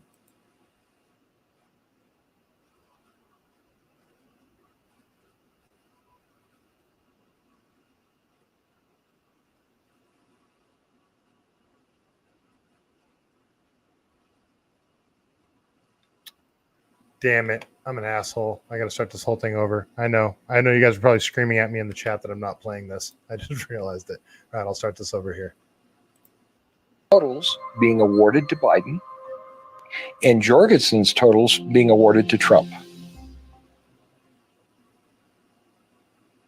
After gaining access to a forensic image of the Dominion election management system in Mesa County, Colorado, IT experts demonstrate how easy it is to switch tens of thousands of votes from Trump to Biden in seconds by simply changing the index number next to each candidate's name. This is a backdoor utility called SQL Server Management Studio that is actually installed on the image of the voting system. So is it certified? It is not on the list of certified software. What I'm going to do first, I'm just going to pull up the presidential results in Mesa County for that election. And here they Old Doe over on Rumble. You're sick of seeing Kamala signs out in the East Bay. Yeah, we got them all over the place up here in Santa Cruz too. are. You can see Biden has 31,000, Trump has 56,000. Okay. So I'm going to come up here now, and I'm going to make a quick change. Change that. You change that to a 2. Yep. I'm changing Trump to a 1. Okay. And then I'm going to come up here, and I'm going to rerun the report. And there you go. Biden, 56,000, Trump, 31,000. So I just flipped the results of the election using a tool that's actually built in to the voting system. And what I did is not even logged. There's no trace of what I just did now. For some reason, the logging of activities by a user that has the password are not retained. In Pennsylvania on live TV, Trump had 1,690,589 votes, while Biden had 1,252,537 votes. The time was Sorry about the buffering, you guys. approximately 11:08 Eastern Standard Time. The next interval report shows Trump's votes decreasing to 1,670,631, and Biden's votes increasing to 1,272,495. The time is approximately 11:09 p.m. Live on CNN, exactly 19,958 votes were switched from Trump to Biden. This means Trump lost 39,916 votes. Insane. And this happened super late at night in a lot of different states, apparently at the same time. Totally legitimate, though. Totally legitimate elections. Nothing to see here.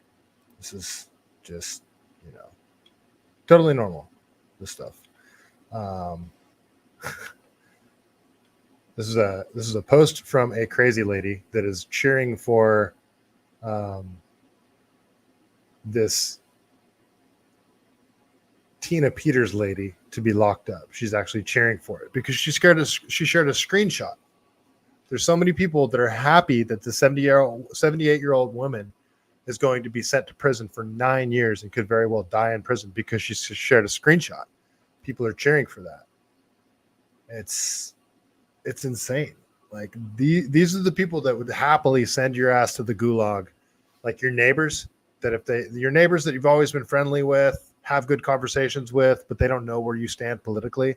If they found out that you're a Trump supporter, they would happily throw your ass in the gulag. If they found out that you're an anti-vaxxer, they would happily throw yourself in the gulag. If they found out that you're a climate denier, they would throw your ass in the gulag because you are dangerous to society. You are dangerous, and you'll spread misinformation and disinformation. Like that's how insane these people are. I got something pulled up for my California stuff that I want to show you guys. Let's see if I can find it here.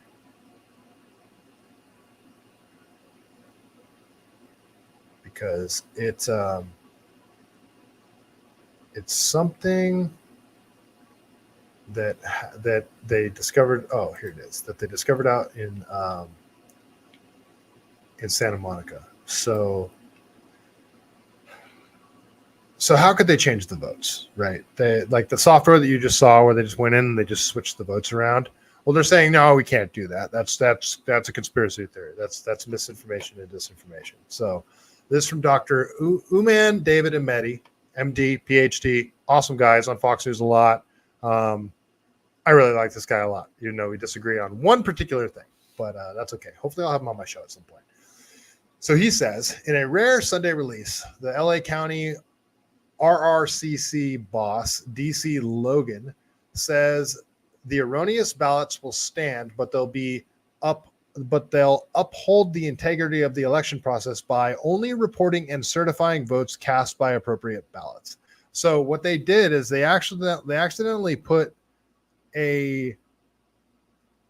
something on two different ballots that should only be voted for in one particular county, and they put it in two separate counties. Let's see what they actually did here. So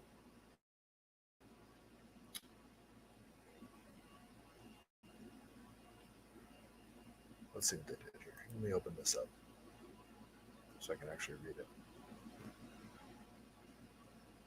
So he says the consequences of mail-in ballots sent to every person, whether they want one or not. A corrupt, incompetent LA County RRCC led by embattled DC Logan, who locked his ex-account after it broke, who makes $611,000 a year. Tens of thousands of ballots are now invalid. So ballot error alert.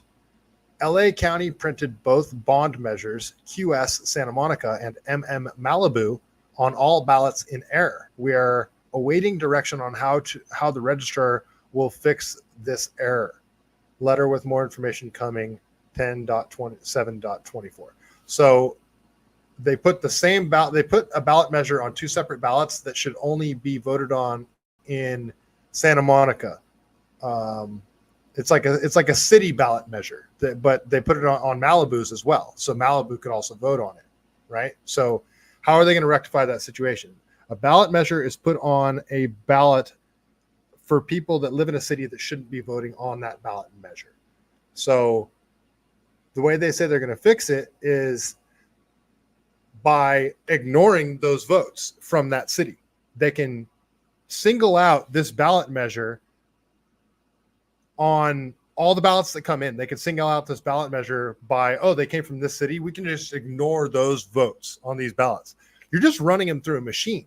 Like, how do you have the ability to go in and look at these individual votes for this one particular ballot measure and just ignore those? You guys have the capability of doing that? Like, you guys see what I'm getting at here? So Dr. Ahmedi says, so they have the ability to ignore certain votes, not report or certify them based on the geographical location of the person casting the secret ballot.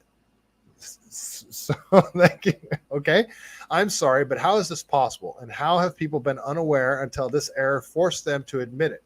That Los Angeles County election officials have the ability to selectively delete certain votes on certain mail-in ballots. As you can imagine, this is easily subject to abuse, especially when people don't know this capability exists. And I see absolutely zero accountability. Who is manning these systems? What paper trail exists? And can they delete the paper trail like they delete the votes? Like what you just saw them do with the Dominion voting machines. They're like, oopsies, we made this mistake and we put this ballot measure on a whole bunch of ballots that it's not supposed to be on. So what we're going to do is we're just going to ignore those ballots. It's like they're admitting they have this capability and not realizing what they're admitting to. They can ignore a whole bunch of votes on a ballot measure from a certain geographical area. Wait a minute. How can you do that? How do you have that capability? You're not supposed to have that capability. Where's the transparency with it? And is there a paper trail? No, there's not. You guys can just do it. Okay. This is essentially trust me, bro. Like, that's what this is. It's just them saying, trust me, bro. Like, that's what this is. It's maddening. It's freaking maddening. All right. So let's go back to the Tina Peters situation. So she exposed what she's like, wait a minute. Like, I have these two different screenshots that have timestamps on them. One of them is before the software update. One is after the software or the firmware update. And it flips the votes. And she can see this. She can tell because when she's looking at it, and she can explain it with scientific evidence like they just did in this video. And I mean, I'm convinced that they actually flipped the shit. And you see the file size change. That's the only thing that I can see is that the file size changed. But she's exposing that. She's blowing the whistle on that. And to me, that's her doing her job as a county election official. Well, they want to put her in prison for it, and people are cheering for it. So how did we get here? So I'll play the video of the judge sentencing her, but I want to give background on how we got here. Like, ever since the Smith-Mundt Act of 2012 or 2014 or whenever Obama made it okay for the CIA to propagandize all of us, before that, it seems that we used to be able to actually have some sort of like nonpartisan conversation. Or we could at least have, like, Republicans could have Democrat friends. We could disagree on certain things, but we could have like civil discussions. And now, 12 years later, 10 years later, whatever it is, we are we live in separate realities. We live in completely different realities. And now the people that live in alternate realities, many of them seem to have a lot of power, like judges and stuff like that. People that are heads of industry and high-level politicians, heads of universities, all that kind of thing. And they can punish people that don't live in the same reality that they live in, like this guy. Like, the things that people are capable of when they sufficiently dehumanize an entire other population of people, Trump supporters. That's how people are cheering for a 78-year-old woman to go to prison for sharing a screenshot when she believes that she was doing her duty.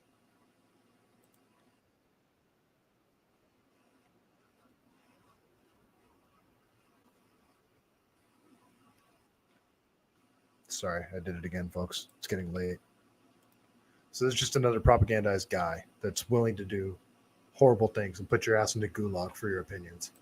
It's a private bot troll account. Whatever, man. Who gives a shit?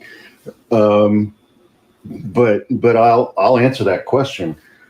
I will be absolutely fine if Donald Trump gets reelected, because he is running an explicitly, overtly racist, misogynistic, bigoted, homophobic, transphobic campaign. And I am straight, cisgendered white man in the United States. Like, just the terminology that he's using.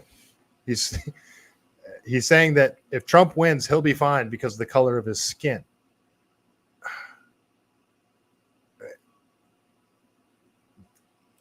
United States with a law degree. I personally will be absolutely fine if Donald Trump gets reelected. What will I do if he's reelected? I will dedicate the rest of my life to fighting him and everything that he and his supporters stand for. And I will. The rest of your life? Because he'll only be president for 4 years. So you're going to spend the rest of your life fighting against the people that voted for him? Is that what you're saying? He'd put your ass in the gulag. Dedicate the rest of my existence, even more so than I do now, to sticking up for and protecting my friends who don't look like me and marginalized communities who don't look like me. What is going to happen to people in marginalized communities if Trump is elected? What is he going to do? They can never answer this question. How is it going to be worse for Black people? How is it going to be worse for any group of people that are American citizens? How is it going to be worse for them if Trump is elected? Because Donald Trump and his supporters hate 75% of Americans. They claim to love America, but they hate 75% of the people who live here. No, we don't. It's astonishing. You hate us. It's just astonishing. And that's exactly why I hate them so much. There it is. There it is. I don't hate you, sir, but you hate me. It's projection. You have dehumanized all of us sufficiently enough in your brain to hate us. And because of that hate, it would justify in your mind doing the most atrocious things to us. And you're saying that we're the ones that hate you. It's madness. You're an insane person. Hate them with every fiber of my being. I hate them in every single thing that they stand for, because the only thing that they stand for is hate. Really? No. I stand for working class people being able to afford to buy a home one day. I stand for people not being forced by the government to take an injection that they don't want to take. I stand for people being able to go to the grocery store and afford to buy meat and eggs. I stand for there to not be a class of the elites and then the rest of us peons, all of that kind of thing. That's what I stand for. But you hate me? Hate, control, punishment, vengeance, retribution. What Trump supporters are trying to lock up Hillary, like the whole lock her up thing. Trump could have went after her and he didn't. Hillary, Trump didn't try to put anybody in prison. They are, I mean, look at what they're doing to Tina Peters right now because she shared a screenshot. 9 years in prison. Look what they're doing to the J6 people. Some people are still in prison. They're still going after J6ers, people that were just that didn't even go in the Capitol building that day. They're still going after them, still doing investigations into them. FBI showing up at people's house because of things they said on the internet. They weren't threats. They were just opinions that they have. How is anybody on the right doing this to people on the left? That's not happening. It's happening the other way around because you guys hate us. Projection. It's disgusting. It's absolutely disgusting. Alternate realities. Smith-Mundt Act. CIA propagandizing the American citizens. Like, that is what I blame all this shit on. let's keep going here. I just want to see, like, how did we get here? And okay, so this is from Anonymous. You guys remember Anonymous, the Anons, the Guy Fawkes mask back, in the Bernie years when they were actually cool. Well, I'm pretty sure that Anonymous has been taken over by intelligence agencies. I'm pretty sure, because now they say shit like this. So you see this what's on my screen right now? They just show a shadowy figure with a "Make America Great" hat on. And it says, a few years from now, discovering a red MAGA hat in the relative's attic will be akin to finding Nazi memorabilia. What? MAGA didn't round people up and put them in camps. Like, Trump is literal Hitler. That's why people are trying to assassinate Donald Trump right now. Like, it is such a psyop. Absolute freaking psyop. And here's this guy, Chris Evans, and he says the best part about Tina Peters' sentencing is when the prosecution reminds the judge he'd forgotten to sentence her for one of the charges. And that happens in this video. So this is a bit of a longer video, but I got to play the whole thing just for you guys to get. If you guys haven't seen this yet, just this judge is like the guy that I just played for you guys, the super propagandized guy that talks about how he hates Trump supporters and he hates everything that we stand for and all that kind of crap. This judge is the same guy, but he's on the bench, and he's the one that's in charge of sentencing Tina Peters that shared the screenshot.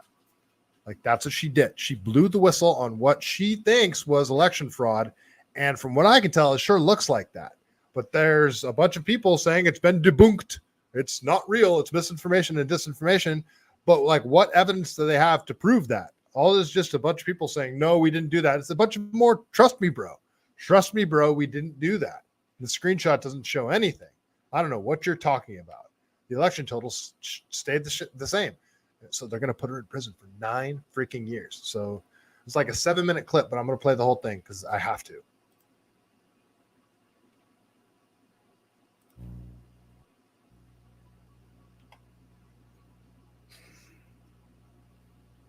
You have no qualms with violating the court's orders because you're innocent, because you didn't do anything wrong.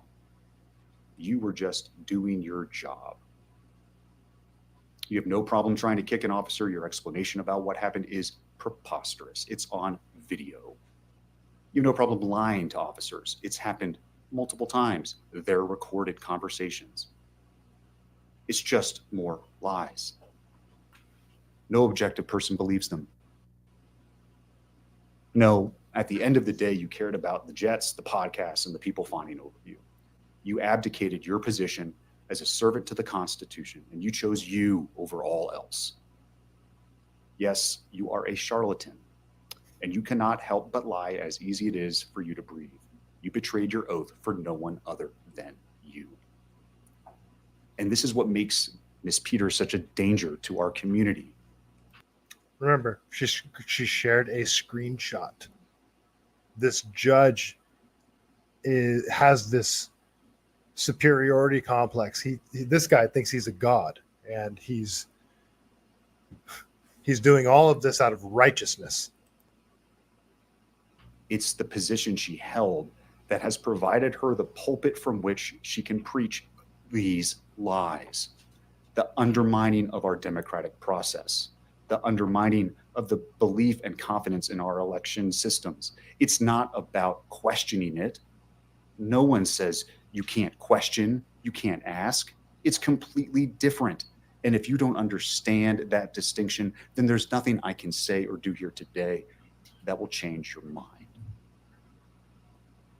So the damage that is caused and continue to be caused is just as bad, if not worse, than the physical violence that this court sees on an all too regular basis. What damage? And it's particularly damaging when those words come from someone who holds a position of influence like you. You mean like you? Like, what did she do? What damage did she cause? She said, I think that there was voter fraud. Here's the evidence to support that. What is she supposed to say? I think there was voter fraud. I have evidence, but I can't show you guys. Is that what she was supposed to do? Saying she can ask questions.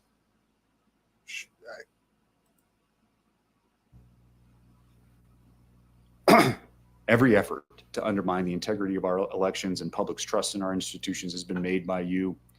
You've done it from that lectern the voting public provided you with.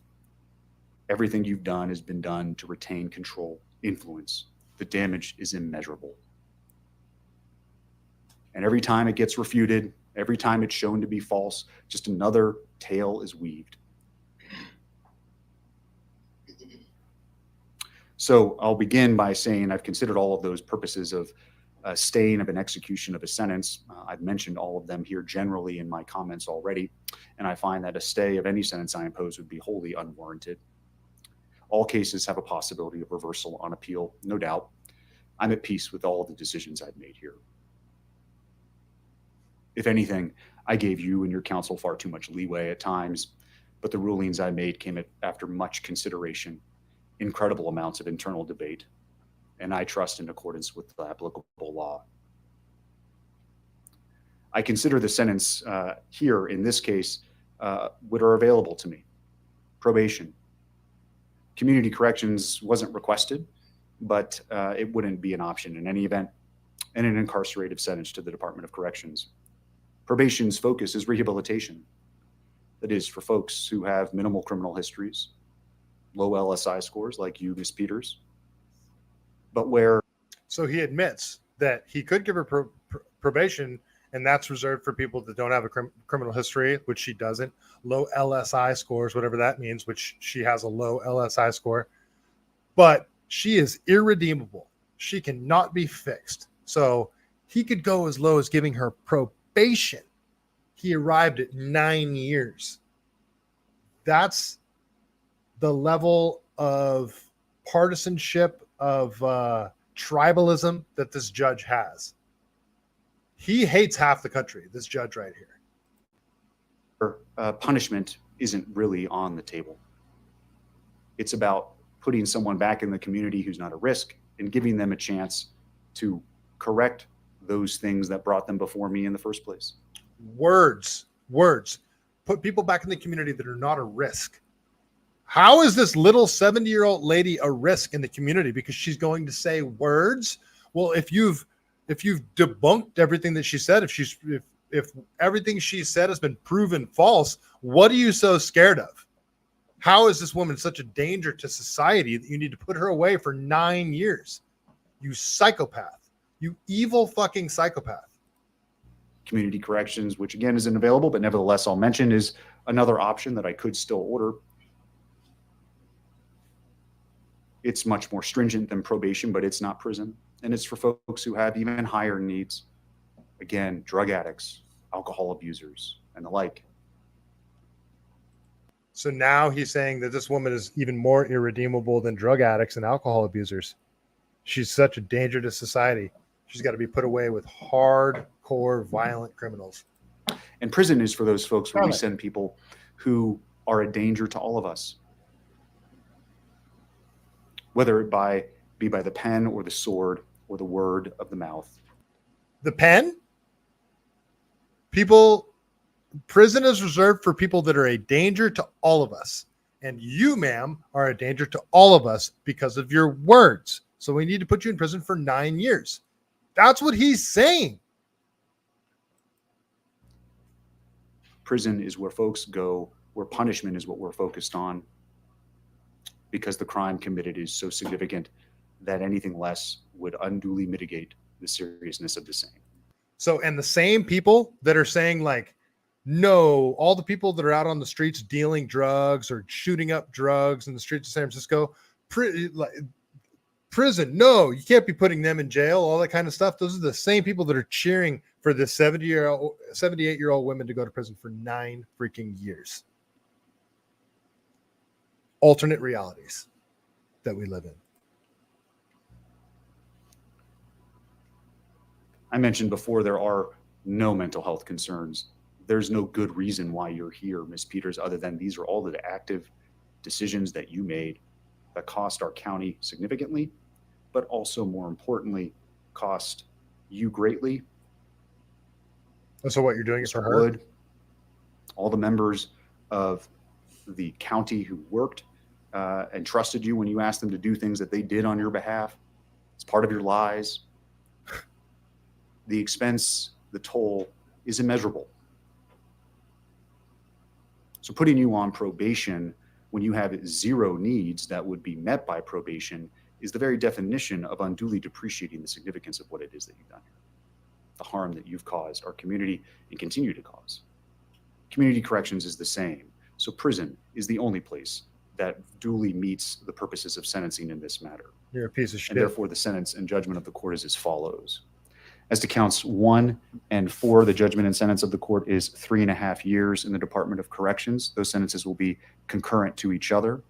As to count 2, the judgment and sentence of the court is 3.5 years consecutive to counts 1 and 4. As it relates to the misdemeanor charges, count 8 is 120 days in the Mesa County Detention Facility, concurrent to count 9. Half a year for a misdemeanor. That's what he just did for a misdemeanor. Half a year. In California, it's a misdemeanor to steal under $950 worth of stuff, and the DA won't even prosecute you for it. I imagine it's similar in Colorado. Half a year for a misdemeanor for her. 9 and 10, which will be 6 months in the Mesa County Detention Facility,